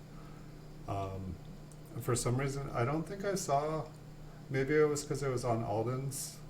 I feel like I haven't been getting posts for Alden's when he's putting stuff up online. I try to subscribe to all the different ones so that I see it. It's just YouTube is so funny where it seems like it'll be telling me somebody's online all the time, and then it seems like I'll all of a sudden stop getting notifications for people. This one looks like it's got a little bit of environmental damage or kind of some blackness. It almost doesn't look green. Looks like it has a bit of its original surface. Looks like it's got kind of like a toned little cleave spot there. It's interesting. Usually I feel like when something gets scraped like that, it doesn't tone. Usually just kind of has that original copper color. And it's got quite a few spots, and I don't know, the lighting is showing up on this one. Kind of weird.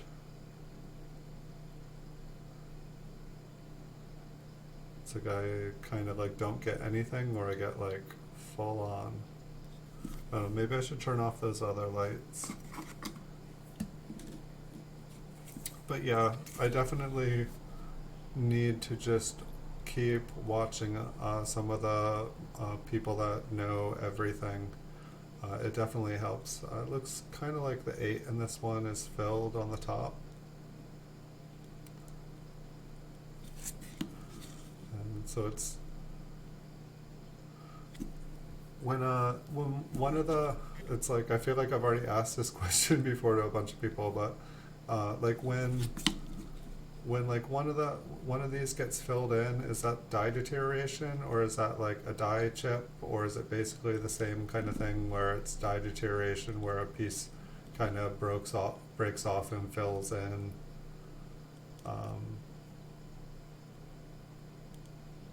To like kind of give the filled in area of effect.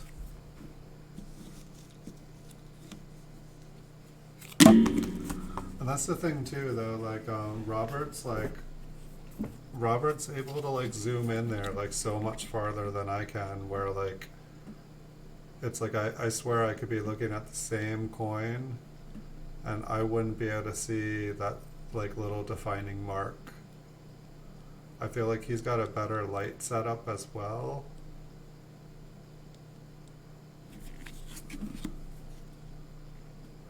But I definitely feel like I can learn from him. It's I feel like after watching a bunch of the shows and then like looking at stuff myself, I did look into the numismatic news, and it looked like it was actually done by the same person on another. I believe they have another channel. I don't know. The voice sounded exactly like him, and the presentation seemed the same. It seemed like the same person of another channel that I had watched. And I definitely, there was some helpful information when I looked on some of the videos. I didn't find, I think what you had been recommending the channel, I don't think was able to find the video that you were recommending about it, and I can't remember what it is off the top of my head. But I did write it down and check it out.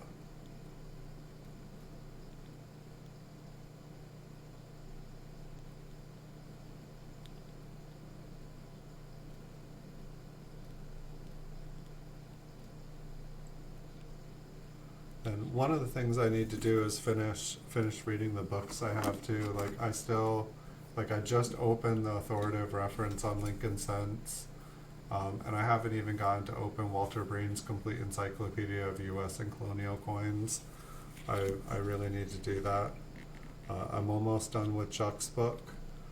I pretty much it's like kind of the same problem I've had on YouTube, where I've kind of kept my head down and just trying to keep making videos, and I feel like doing a little bit more research before I do every video. It's just gonna, I'd much rather be on here talking and saying this is this and this is that, and I definitely appreciate it when people are coming on here and like helping me out and teaching me stuff.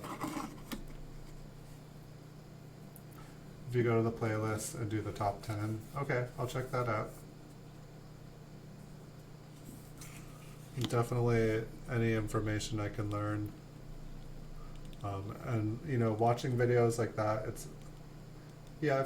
I've got Brain's book, The Complete Encyclopedia for U.S. and Colonial.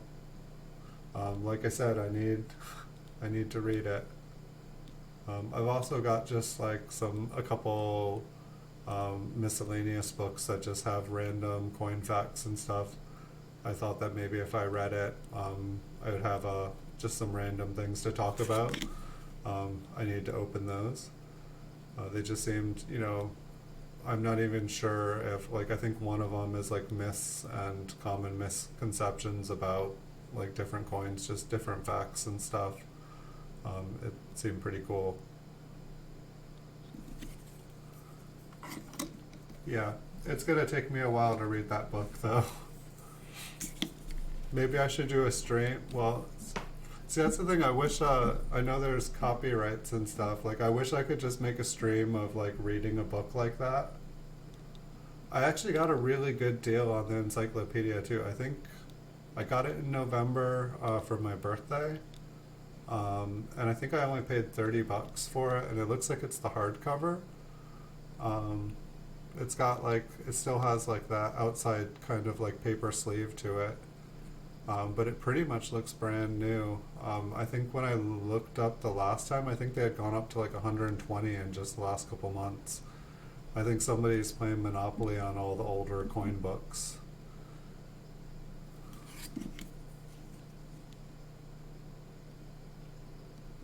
Yes. No, I need to read it. I should end the stream right now and go and read it. I feel bad. It's for the most part, I've been saving books. Every time the power goes out and I'm not able to be doing anything coin related online or look under coins, I've been reading. That's been kind of my designated reading time. But I've also found that like when I'm reading books like that, I can only read so much. I feel like I can read about 10 pages and like absorb the information, but after I read about 10 pages, I feel like I'm reading it and like looking at the words, but it's like I reach a saturation point where like all I'm doing is reading, because there's just so much information in books like that.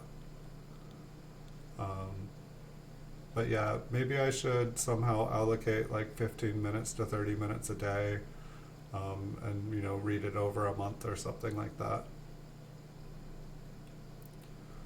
I used to not be able to put a book down like ever. And I know that there's quite a few more books out there I need to get. Um, and what's cool now is there's just a lot of different websites that are popping up. There's a lot of really cool, useful videos. This one's got a little bit of pretty toning on it. It's got some purples and pinks and blues. Maybe a little bit of environmental damage. Maybe it's carbon spots.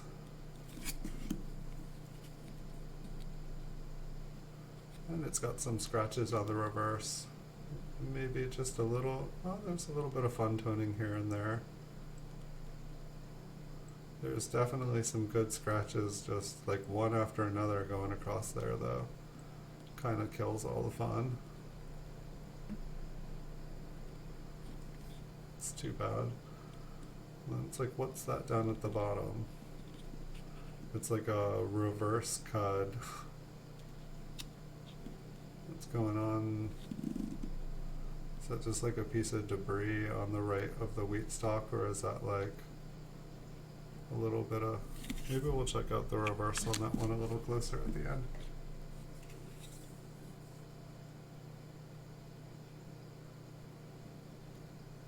You do. Well, or here's an awful idea. If you have any credit, you could probably like buy the book for whatever price it costs. You could probably read the book and then return it and say, sorry, it wasn't the book I was looking for. That sounds awful. I shouldn't recommend anyone does it. It's no fun when I get returns on stuff for no reason. Like someone's been like I feel like I'm getting on my eBay store, I'm getting a little bit of like kind of troll. I don't know, like I've been getting a lot of things where people will make an offer for a coin, and then I'll do a counter offer, and then they'll accept my counter offer, or they'll counter offer my counter offer, and I'll accept their counter offer. Then they will pay for the coin, and then 5 minutes later, I'll get a thing saying buyer wants to cancel the transaction. And I feel like it's like eBay changed the rules, or PayPal changed the rules where PayPal changed the rules where they don't refund the fees anymore if someone cancels an order after paying. And so it's like, I feel like it's the new way for someone to kind of be a troll, is to buy things off of someone's eBay store and then immediately want to cancel the purchase. And I guess I could be like, no, I'm not canceling the purchase, and if I don't have to cancel it, but I just figure it's probably cheaper to cancel the transaction than to ship it to them and then have them and then pay for them to ship it back to me. But it seems like eBay and PayPal need to figure that out, because there seems to be a way that people are abusing. If someone does stuff like that, I just ban them from bidding on future stuff. If somebody's gonna like waste my time and cost me a couple dollars, they're not gonna be able to buy anything anymore. There's just no reason for someone to like be putting best offers on things, and then as soon as you accept their best offer, they cancel the transaction. It's kind of shady. I'd understand if they, purchased it and then got it in person, and for whatever reason they didn't want it. But I don't know. That definitely seems like a thing that has been going on. And for the most part, I don't care. I'd rather that it happens immediately. Yeah, I can check out on eBay and stuff. I feel like eBay and Amazon would probably be the easiest place to find that book. Um, and it seems like the price does fluctuate. Uh, if you, I don't know, I think I paid $30 for mine. Yeah, I'm glad you can ban people too. It's just, I don't want to ban, I imagine some people do make accidents. Like if somebody messages me and says like, hey, I was looking at the wrong date, or I had like two of them in my saved area, I sent you an offer on the wrong one. If someone sends me a message and explains why they wanted to cancel, I don't usually ban them, but if like it's just right after they pay, um, then I'll ban them afterwards if they don't send a message at least explaining what was happening, or say, hey, can you please cancel this transaction. If they have like 13 feedback and they know how to cancel a transaction within a few minutes of purchasing something, I know that they have another account and they know what they're doing.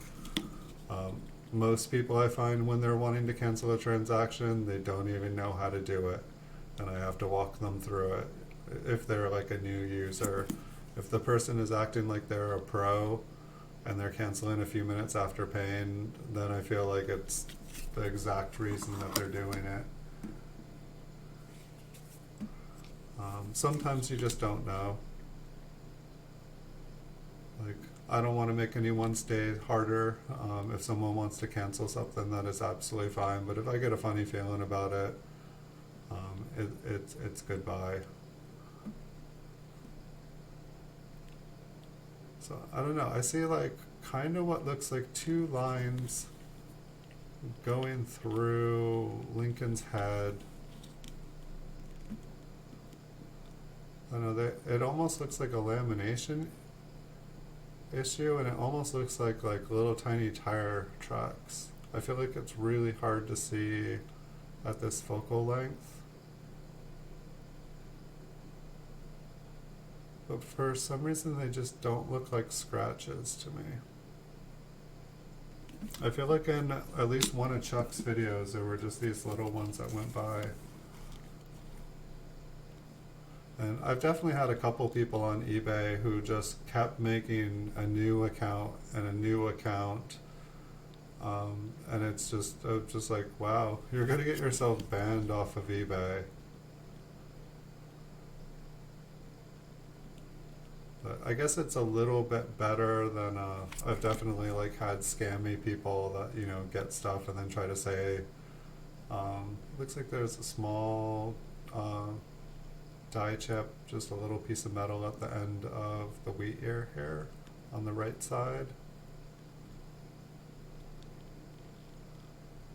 And it looks like maybe a scratch on the left one. Check that one out close.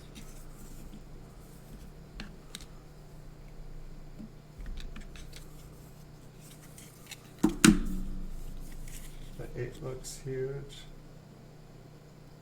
The @'s ADDO I bet on it. Not sure if it was. Was that the tire track one? No.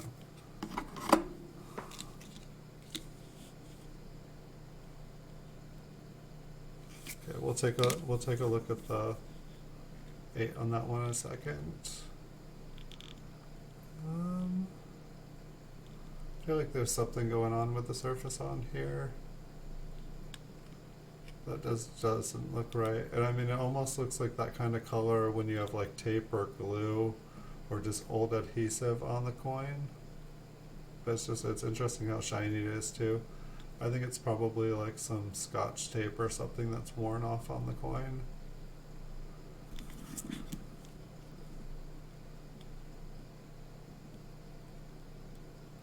Very interesting looking reverse. Like the front like almost looked like it had some AU luster.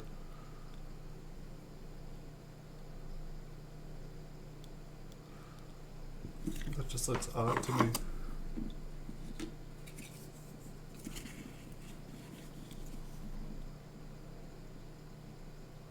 The eye on this one looks like it's kind of been chiseled off. Almost looks like there's like a tiny little eye on the side of the B.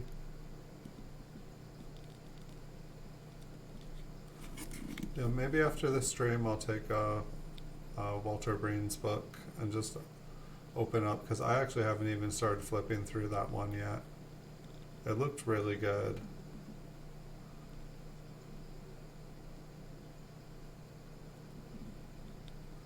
I used to not be able to put books down. I used to be reading like 4 or 5 different ones, and I feel like when I was going to school and taking like 8 classes a semester, it just kind of killed me, where like it was like 200 pages of mandatory reading every day, and I didn't have any time to read the things I wanted anymore, and I need to start some good habits in my life again.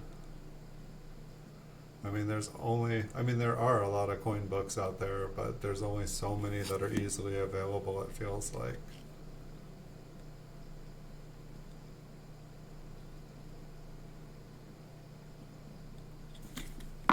It definitely couldn't hurt.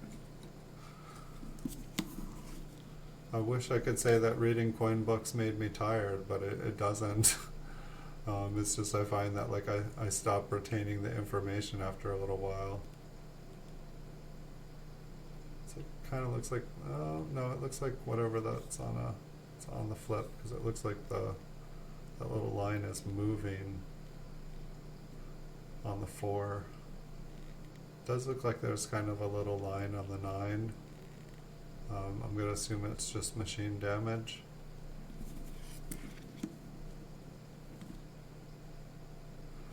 Yeah, I've heard, I feel like that he's like really intense, and it's just like he just adds all, I believe it was Breen that I'm thinking of, like that he just adds like lots and lots of different things that are going on in the world, and just like he just comes from, I don't know, the way he writes, he's just coming from like 100 different places of fact, explaining just in a minute detail why everything happened the way it happened, like just the reasons and stories and answers for things are just beyond the coins themselves. It just like dives into like almost like the politics of the world and world events at the time that the coin was made. It sounded really interesting. Why does that one look like there's an S below the 4 or like an O? It's probably just a little ding on the coin.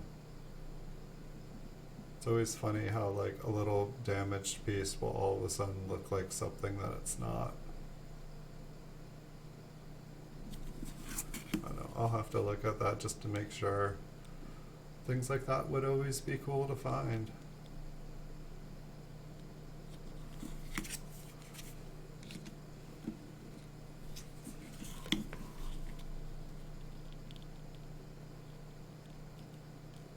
It's like once again the S looks like there's something sticking in between there.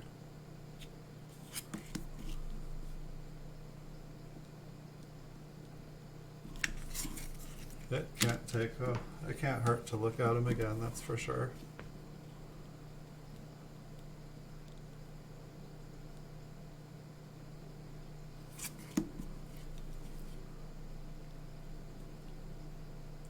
I definitely got it. Oh my gosh, it's 11:20 already. I'll definitely finish these up, but I definitely got started early today. I'm still going at it late.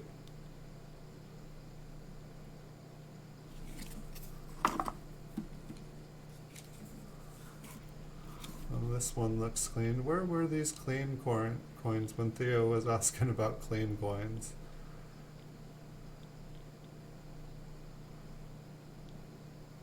It's like just thousands and thousands of scratches and marks. Yeah, it's like it wants to be bright, like a nice shiny BU coin.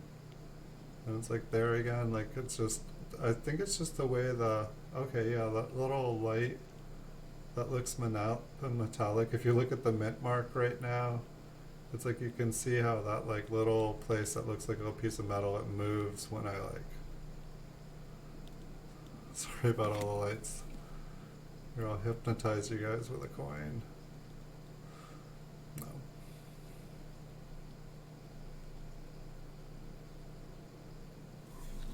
So that coin looked very, very clean. Look at the clash marks on the reverse. Which one was that?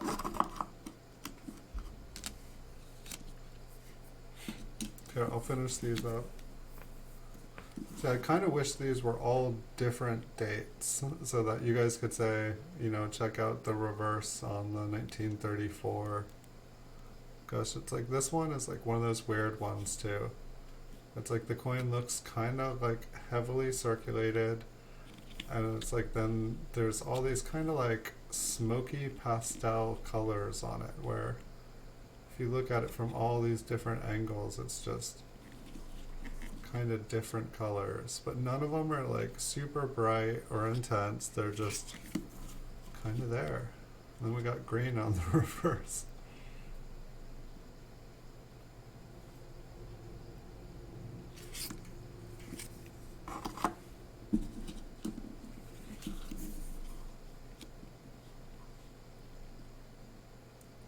This one's got a little bit of a kind of bluey, purpley toning.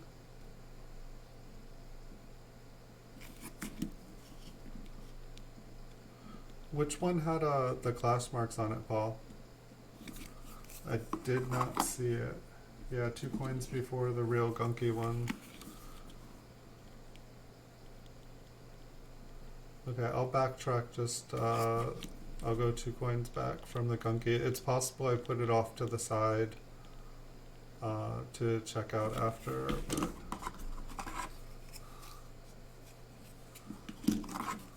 alright. The gunky one. The cleaned one.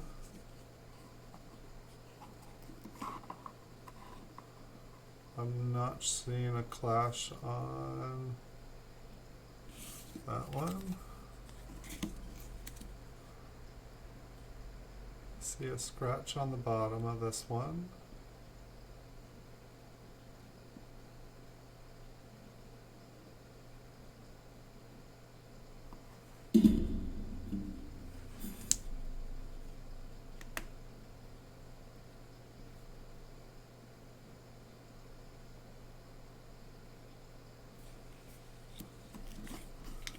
That was 2 coins, but it's possible. Well, almost lost the box. It's possible I've just put it off to the side here to check if it's not one of these, but this is 3 coins back now, I think, before the gunky one.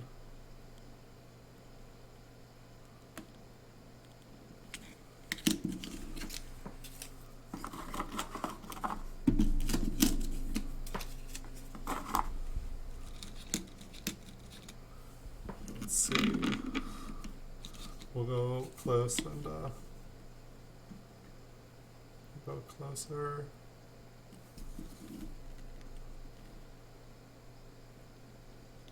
I'll check out the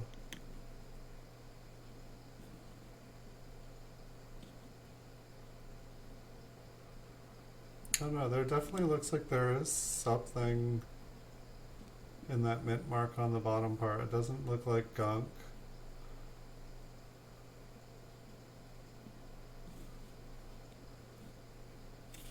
Let's see if this is the one that had.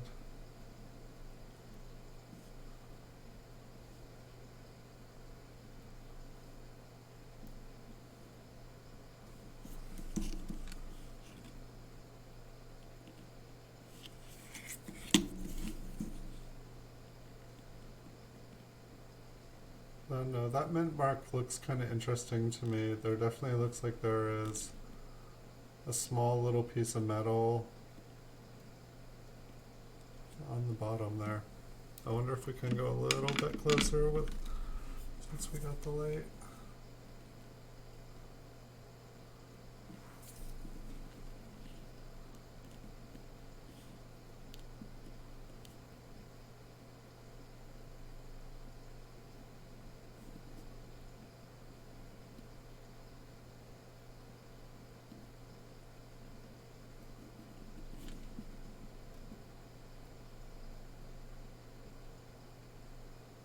I know there looks like there's something to the right, and then something in the middle there. The 4 looks a little weird.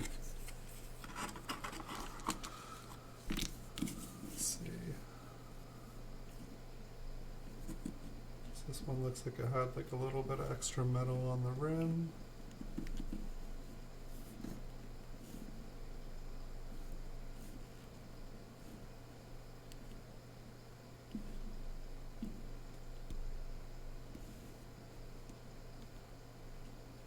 It's kind of interesting. Was this the Clash one here? It's like those almost don't look like scratches. That almost looks like the wheat stock.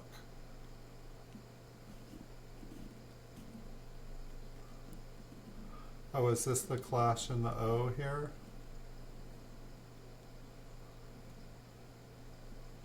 It's like that doesn't quite look random. Like the little bubble.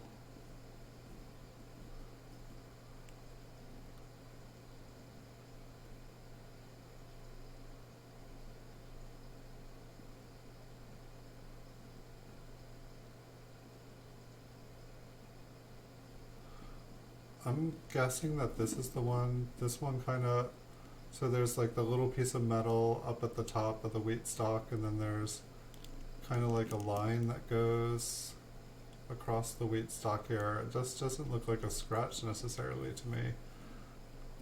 But the lettering on here definitely looks interesting to me. And then there almost looks like there's that same thing on the wheat stalk. Like it seems like it goes through some of the stalks, but then not all of them. Like some of the stalks go through it, which is interesting.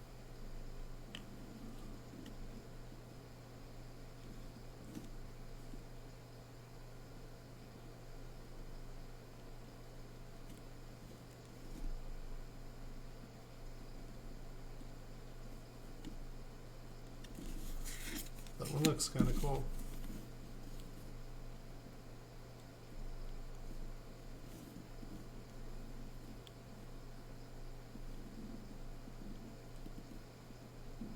Just trying to see if there's anything else. Was this the one that you were talking about, Paul? One's got a little scratch. This is that one that has like tons of scratches going on.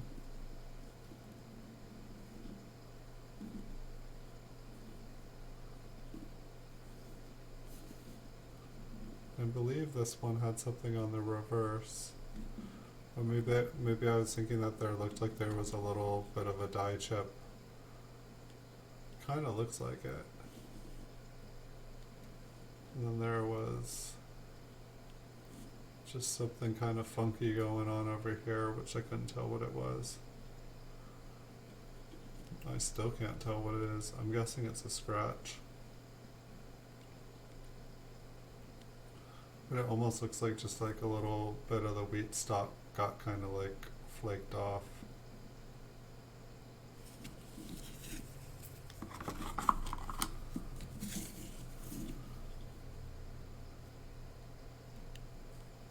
It's just probably looks like there is.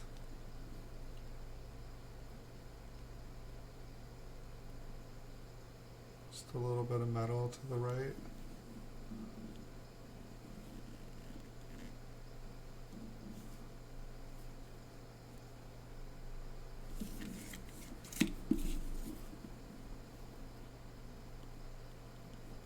A little bit of die chip on the reverse there.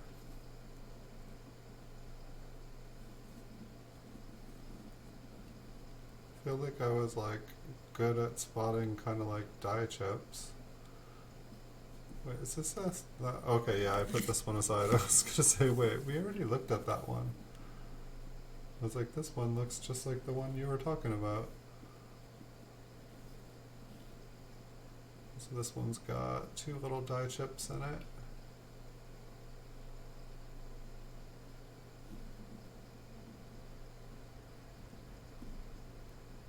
Looks like there's maybe a scratch that goes on the little rim ding that goes into the ass.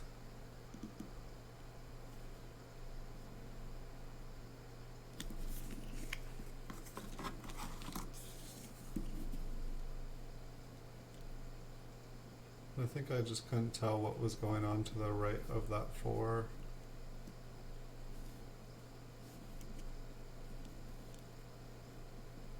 It does look like there is some metal in between the E and the R, kind of connecting the two, and the T there.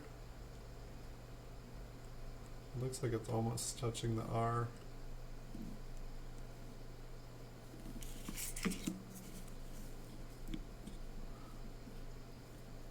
And I'm wondering if it's possible to remove some of the lag on the stream here, because I feel like sometimes it feels like the chat is even, I feel like I have like a 10-second delay, but I feel like sometimes I'm getting like a 30-second delay.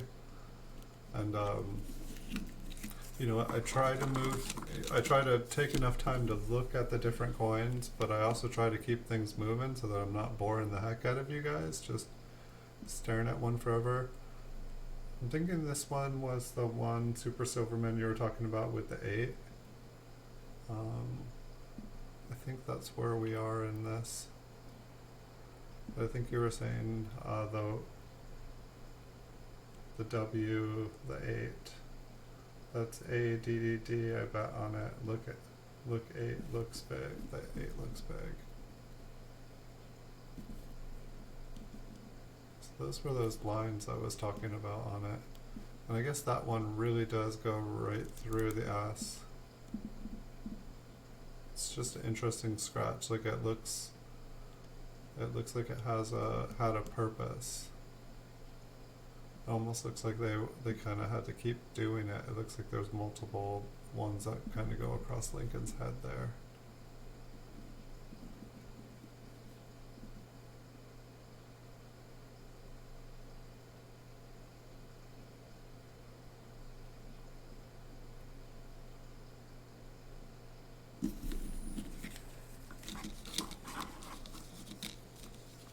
You wouldn't worry about it being a clash?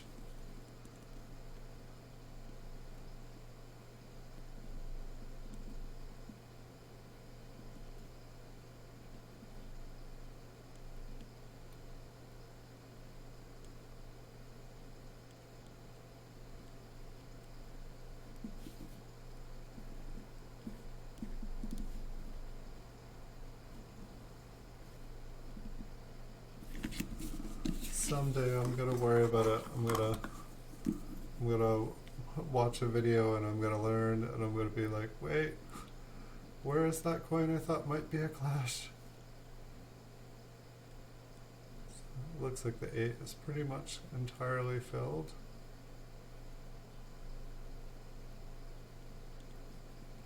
Say the mint mark looks, I know it's interesting how there almost looks like there's like a little triangle notch.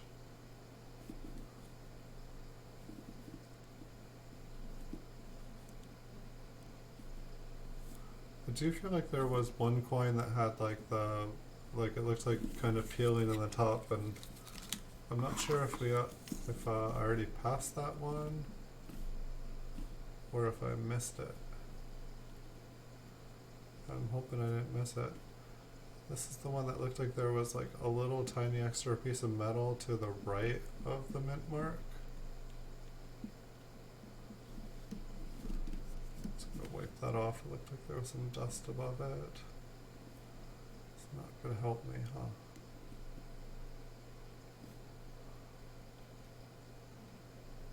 Come on, let's get a clearer view of that side.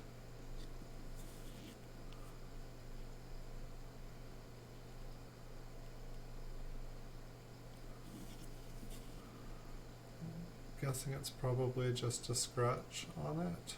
It's just the little extra piece of metal to the right. Maybe that's it, missing from the rim over there.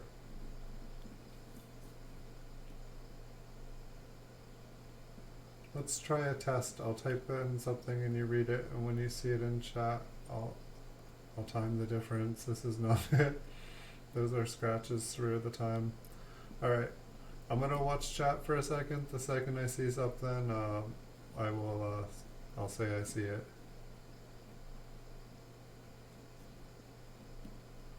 I'll have to be paying attention though. I'll just look over every second.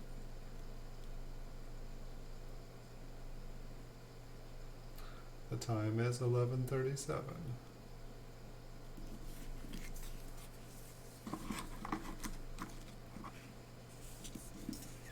I'll take your test challenge. Okay, I see it. I see it. See it.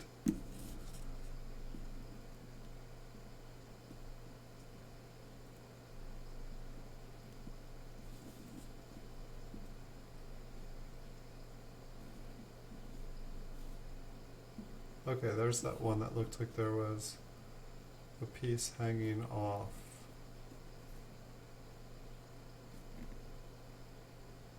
I don't know, it looks pretty shiny. It does look like it's almost got like the same patina on it that the coin has started to tone.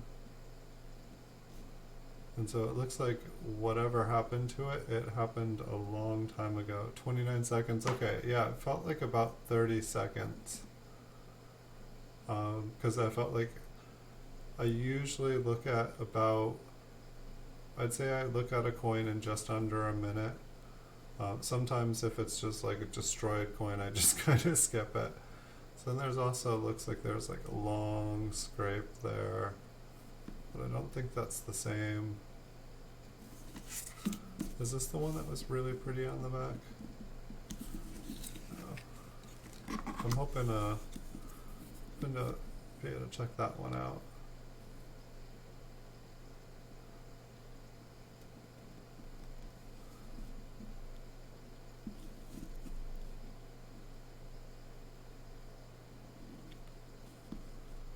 I like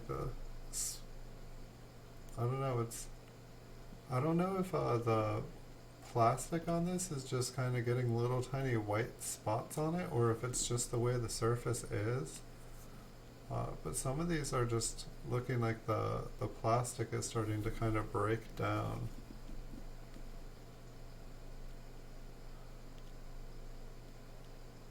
You think this one is post-mint damage?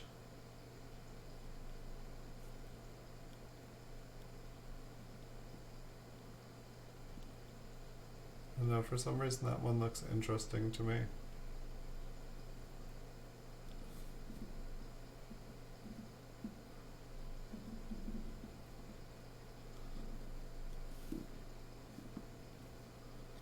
It's just kind of a bummer if all these, maybe this is the one with the bright colors. So this one looks like there's something inside that mint mark.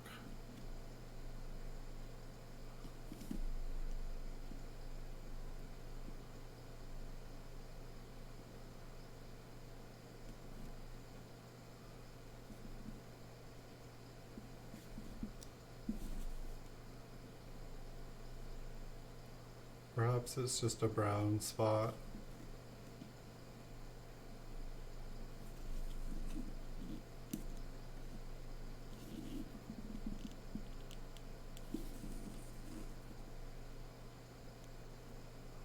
But it almost looks like there's like kind of like a line on the right side of the mint mark, and then it also looks like there's kind of a line on the top. That's what, yeah, it feels like I'm on the second coin, like I've just finished looking at the one, just finished looking at the second, and I've kind of moved on to the third.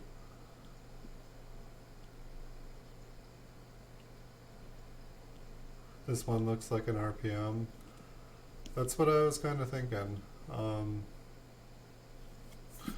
Maybe I'll put a little mark on this one, or I'll put this one aside because I don't have a pen here all of a sudden.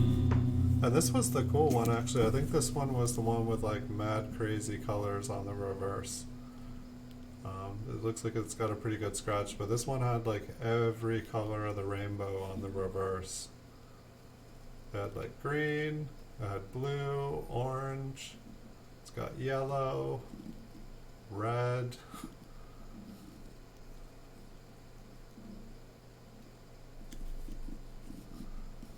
I just wanted to check out the colors and see. I hadn't really been able to get this close on a kind of toned. It almost looks like there is a tiny little dye chip on the edge of the wheat ear here too. Maybe it's a booger. No, it looks like it's a toned booger. If it is, it changes color.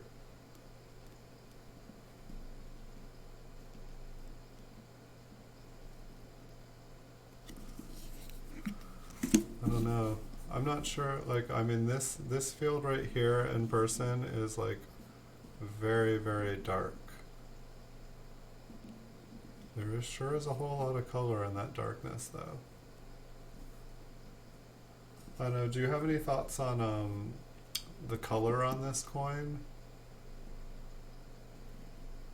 I mean, I guess there's not a billion scratches. Like, I feel like I can see most of, like, kind of like the way the, you know, the surface lines that are in the mint luster. Maybe we'll check that one out again at the end.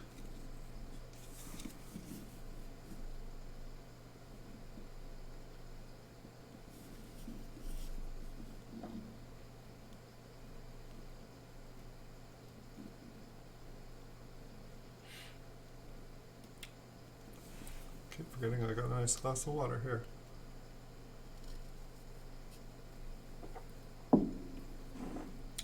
Almost feels like it should be able to focus just a little bit better.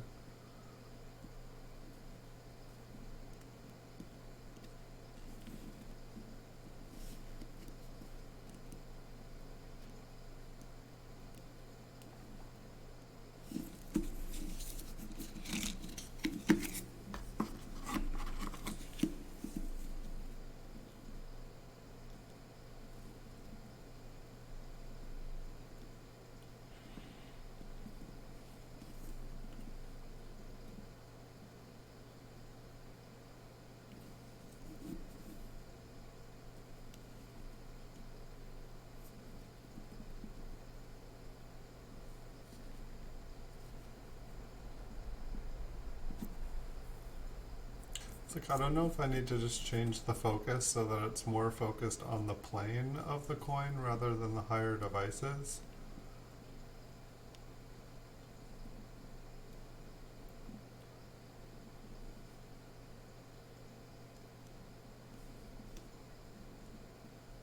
Yep.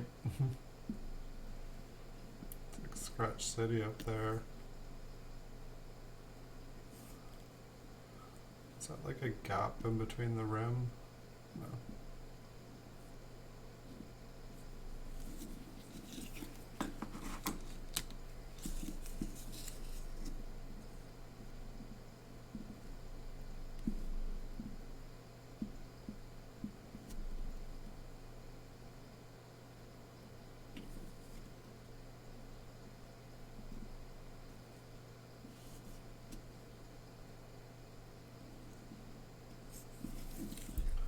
Do you know if it's I can't remember, is it 1953 or 1963 that there's like a double die where there's like kind of like fragments of a 3 like inside the bottom loop of the 3?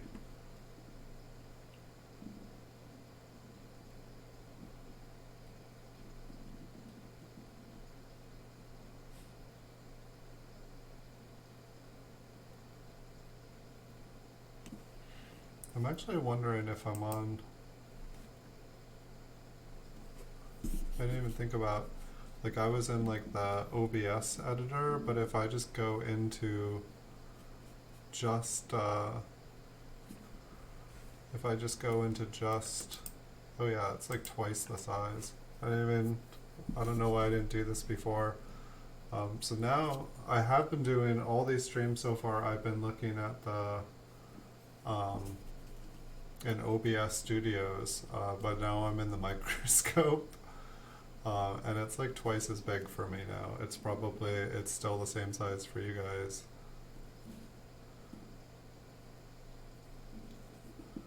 I'm guessing the G here got smashed in God, but it definitely looks interesting. Looks like there's a little bit of double rimming. For the most part, it looks like gunk in between the S. There does look like there's like kind of a weird raised thing like connecting the top and the bottom. 63 has the fragment of the 3 and the 3. Okay. It's like I feel like I keep checking the insides of the threes. Like I keep forgetting if it's a 53 or a 63. Because that actually looks like, oh, that one looks like there's an interesting like curvedness inside there.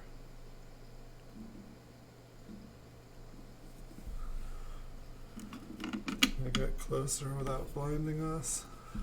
I love it's like I like bend it closer and then the spring or whatever in the light just it goes right back to where it was. It's like I have to hold it down.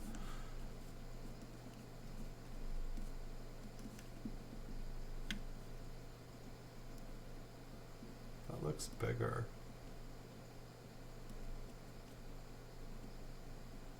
But it's like we're also having to like stare into a bright light.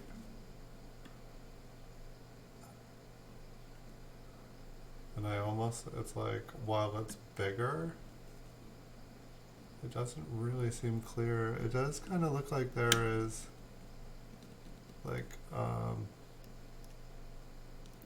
the S almost looks like it has like an S over an S in a way. I don't know if it's just in this setting the way it looks. Why can't I keep it focused here? It's weird, like, unless I hold the coin completely flat, it disappears. It's just that much.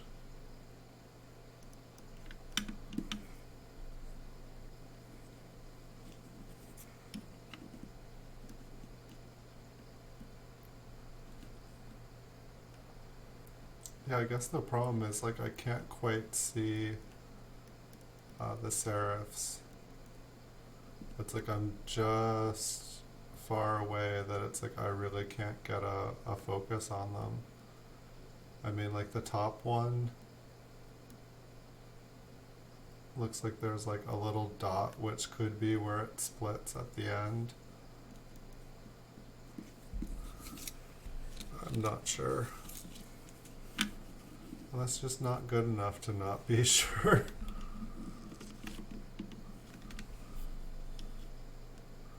Like I feel like we should be taking these under the loop and that should be the end all.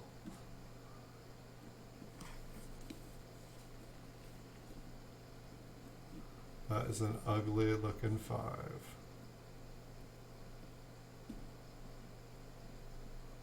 Whoever made that 5 needs to go back to 5 school.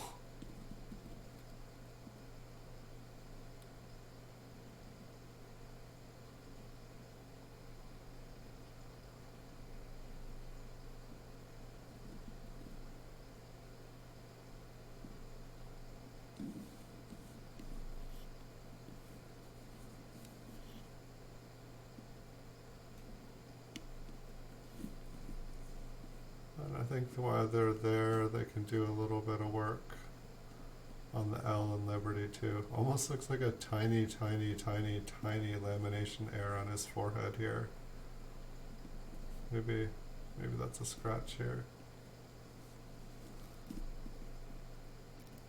Yeah, it's like where did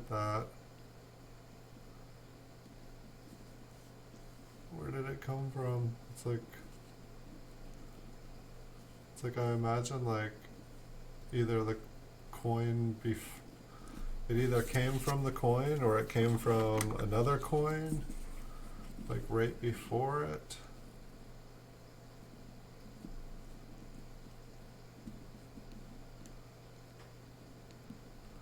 There's just so much junk there.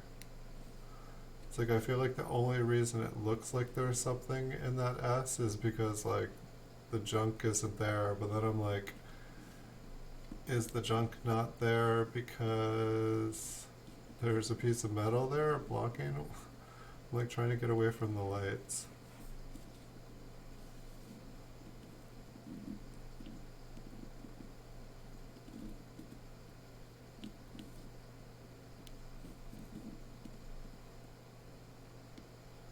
There does kind of look like there's a piece of metal up in the 9. Maybe it's just some more junk, or maybe I guess I'd have to get something out and kind of clean out around that.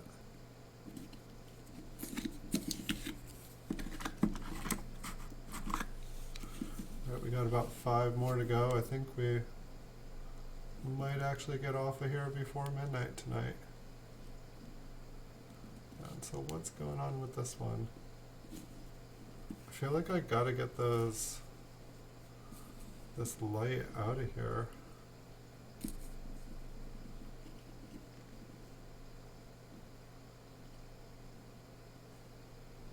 This one looks interesting. Let me just try turning off the light, see if we can still see anything.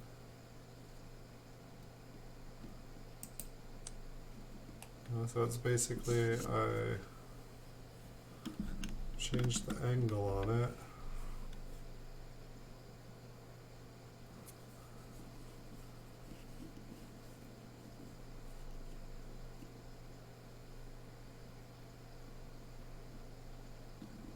I don't know, that one looks kind of cool.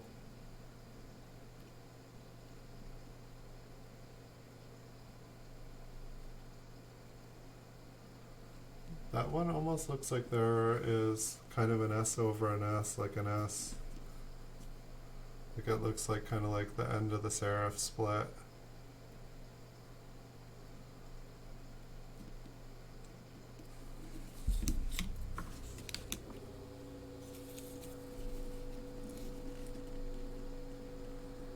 This one looks like it's got some junk in the 5. But we solved this light thing in the last one.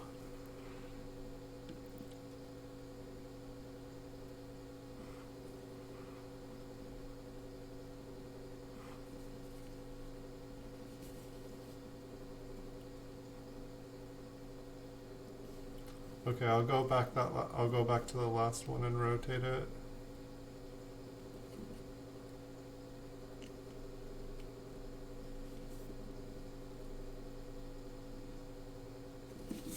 Alright, I'll go back to the last one.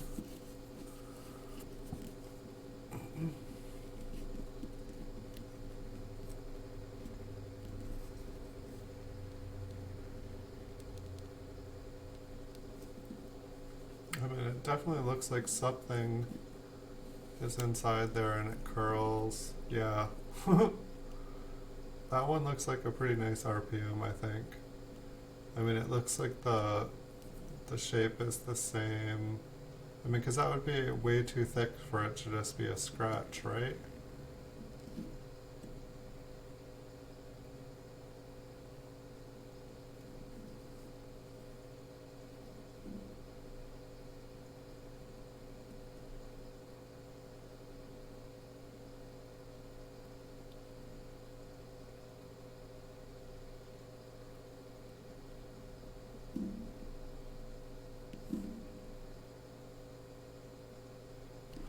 I don't know. I think that one looks good. I think that one was something. I mean, here's another. The other one was a 54S as well. And like the top of that, I mean, it basically, yeah, let's look. Alright, so this is the normal looking one for a 1954S. And this is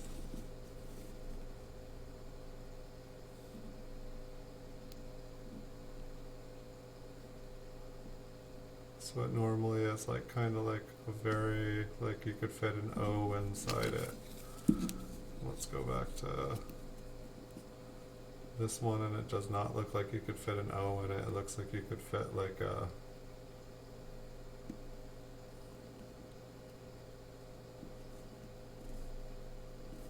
why am I like almost seeing a thing on top of it now, this one?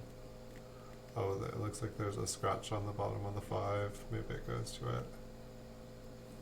So it's like the top and bottoms almost look like kind of like even size. It might even, were there more than one different?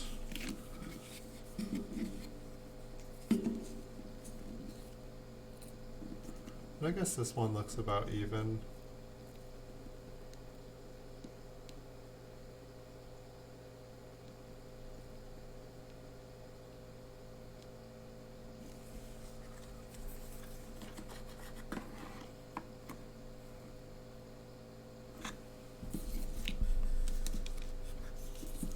have to look up what that one is. It looks like I may have actually found something to look up after here. I mean, that one really looked like it had something going on with it.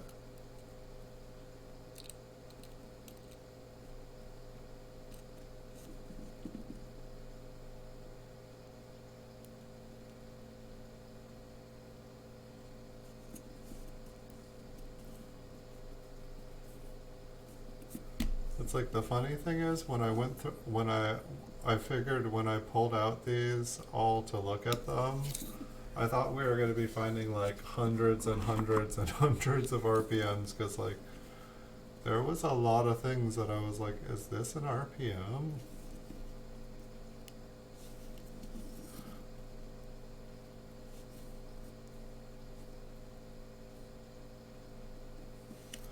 It's also kind of just like, it can be like straining, just like, I mean, I don't know, like this one, it kind of looks like there is a curve of an S, like the same kind of shape, like right to the south in the center there. And there also looks like there's like a little line under the top.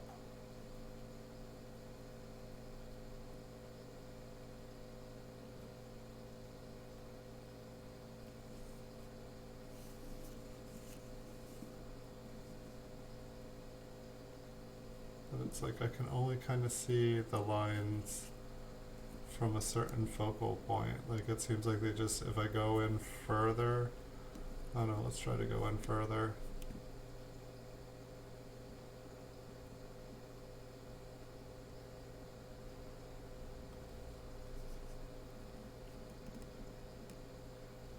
I don't know, it doesn't look as thick as the other one. Like the other one, like it felt like it was like literally like the metal was raised up at equal heights. This one, it like if it is, it just kind of looks like it's like a trace of an S instead of it being like, turn it 160 and keep watching.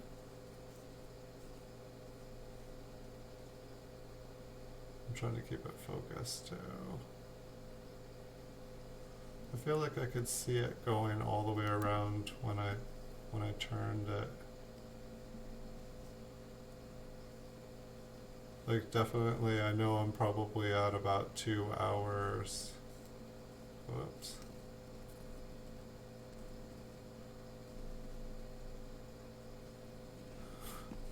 I keep losing focus, I'm sorry.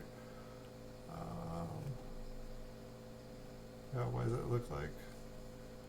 It felt like when I lost focus on it, like what I was seeing, it's like it keeps going out of the screen. It does kind of look like at 1 second it looks like there is a double on one side, and then another second it looks like the double flips, which almost makes me think I've been staring at my microscope camera for 2 hours and I'm starting to see double.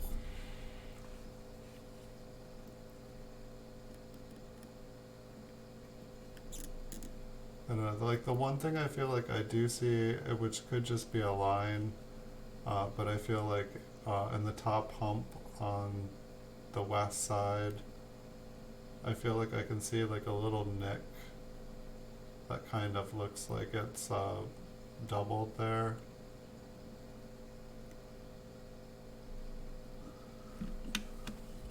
It's like the only way I feel like I could get closer is if I go straight against the coin and try to focus.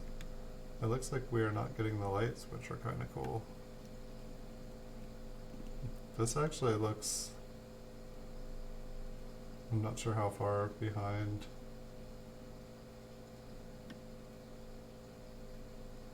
I just want to see what it looks like on that screen.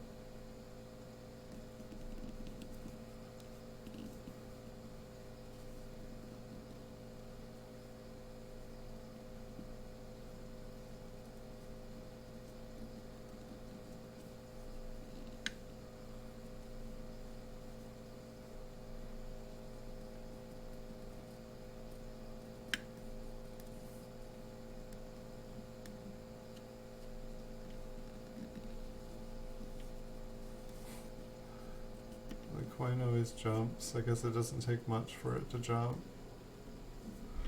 Let's go back and look at the other one. See, like,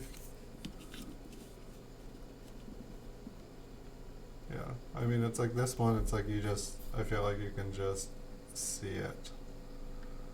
And it's like, I feel like if I was trying to collect something, I'd rather find something that I can be like, hey, look at this, instead of somebody being like, what am I looking at?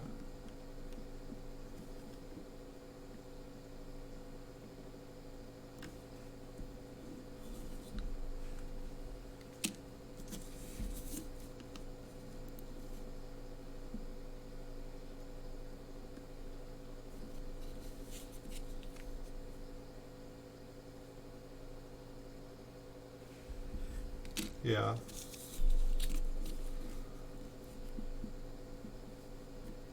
think this was that one again.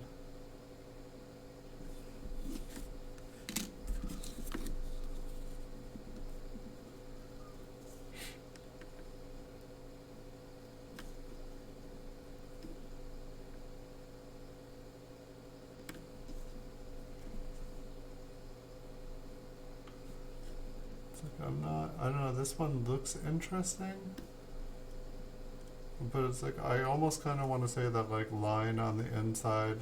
I do feel like I kind of see a D on top of a D.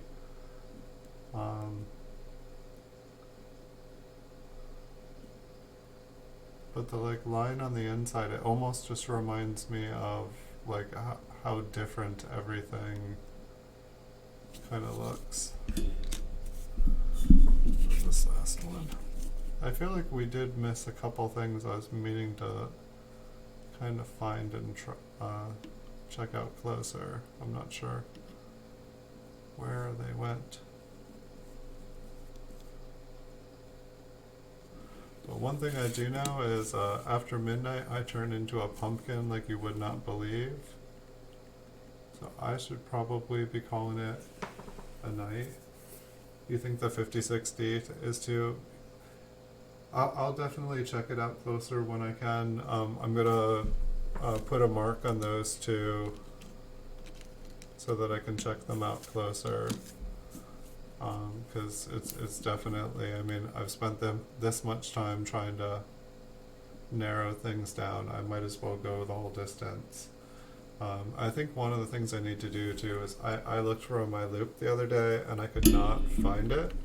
I just hadn't used it because usually I just look at something and I'm like, yeah, I think there's something there, and then sometimes I just look with my naked eye and it's like, I feel like I can see something, I'll go in and check it out, and I'll just end up putting in a flip and saving it, and I need to find my loop so that I can just look at these things and say yes or no.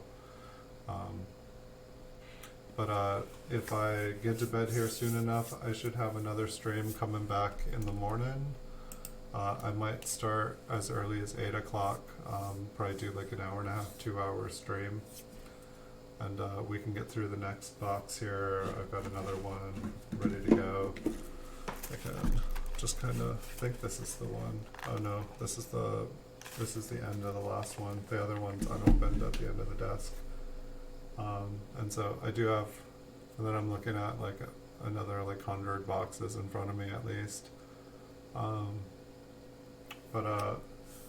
Thanks for looking through these, Paul. Thanks, Super Silverman. I'm not sure if I lost you, if you're sleeping or if you're still watching. Yeah, thank you guys so much. It looks like we may have found an RPM on here, so that's pretty cool. That's not a complete waste of a night. Not that looking through coins is ever one for me, but that was fun. And traces to the east-northeast. Maybe I'll be able to check those out, and it looks like I was able to get the camera a little bit closer there towards the end. It looked like just laying it flat with this light on, it seemed like I wasn't dependent on the other one. I'm a little afraid that somehow I'm gonna like smash or scratch the coin through the flip, but it's probably okay. Most of these have probably seen worse in their lives. So I'll have probably another 100 coins more tomorrow morning that we can look through. And I don't know. Um, let's see. That's probably going to be it for tomorrow. And I believe I'm going to be absent Tuesday. If I'm able to sneak in a quick stream or whatnot, I will. But I believe I won't be back till Wednesday night, and then I believe I will be back on Friday night, and I'm gonna miss Thursday as well. So it looks like Tuesdays and Thursdays I'm just booked solid for the day. But after that next week, it should be back to normal, and I'm gonna try to have streams every morning.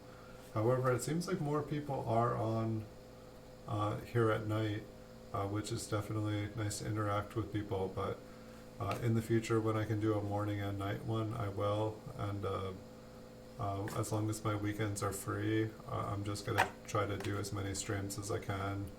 I feel a little bit bad. I was I have like a metal kind of like box that I stored a lot of foreign coins and stuff in. From the last 20 years, when I was roll hunting and stuff, anytime I found a foreign coin, it just went in my foreign coin box. So I feel like that's about half full of coins, and it seemed like it would be cool to go through when I went through that safe from my childhood. That was a lot of fun, just was finding coins from all over the country, and it was kind of cool because a lot of people in the stream were from the countries that the different coins were from. And they'd be like, oh, that's from my country. Oh, cool, you have some of those. And so it'll be fun at some point to see. Maybe we'll find some silver coins. Definitely found at least one silver coin in the last one that I didn't even know I had a silver coin in that box. So that was definitely cool. But thanks for all the help, Paul. Thanks for walking me through some of these things. Like sometimes it's like I don't know. It's like sometimes it just takes me seeing things. I feel like seeing things with my own eyes is like the best way I've learned. Sometimes I feel like some people can like guide me through stuff and tell me 5-10 times, and it's just weird. Some information sticks and some doesn't, and books are usually pretty good, but I feel like I usually have to do something with that knowledge right away that's physical after reading something, or sometimes things just go in and out. And I try to use the information, and so I don't know, maybe I need to give myself like quizzes, do homework, like read the stuff and then like really apply it to something, just to make it stick. It's like in school when you learn stuff, it's like you read it, you write it, you repeat it, you just keep doing it over and over again, and the repetition just builds those memories into your brain. So I need to do more than that, but we'll be back with another episode, and I mean pretty much I have enough of these flips that I could probably just do these episodes forever. I will I'll get back to doing some Mint-Cello flips as well. I mean I still have so many of the Mint-Cellos I need to go through. I don't have anything like I used to. I used to have like 10-20,000 like solid date rolls, but I still probably have like 300-400 like solid date rolls, a couple original bank wrapped, I think. Most everything is wheat cents, I believe. I've got like a mint sewn bag that I opened of 1979 Lincoln Memorial cents. It looks like everything in there, I don't know, it looked kind of scratchy. Like the coins looked good, but they looked like I took a handful out and was trying to see if I could find any higher grades, and they seemed like they were, they just had lots of little dings from the mint. The one cool thing is a lot of them had these like little aqua blue spots on them. And until I was going through all the Mint-Cellos recently and noticed how many 1979s I had with blue spots on them, I kind of thought that maybe some sort of blue something got in the bag and like dyed all the coins, but they're just like aqua blue spots all over the coins. And I think they look pretty. I know most people probably want a solid red coin, but I'm like, if all these coins are gonna turn like bright aqua blue, I'm cool with that.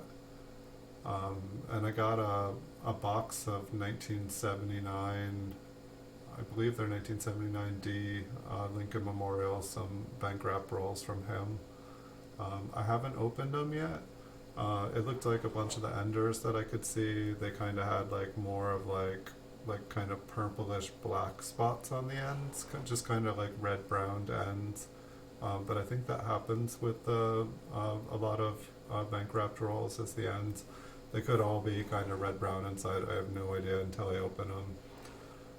But I thought it would be fun to see what kind of coins Chuck sent.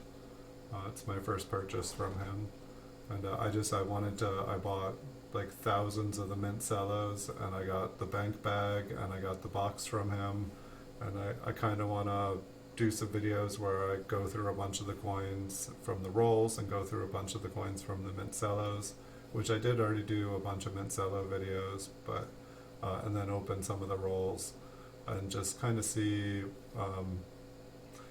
just trying to like test the different waters, see what different kind of grades you can find in different places. Like kind of do like, okay, we've got 1,000 mint cellos from this year. What's the highest grade we can find them? Okay, let's open up 20 rolls of BU rolls and see what the highest grade we can find.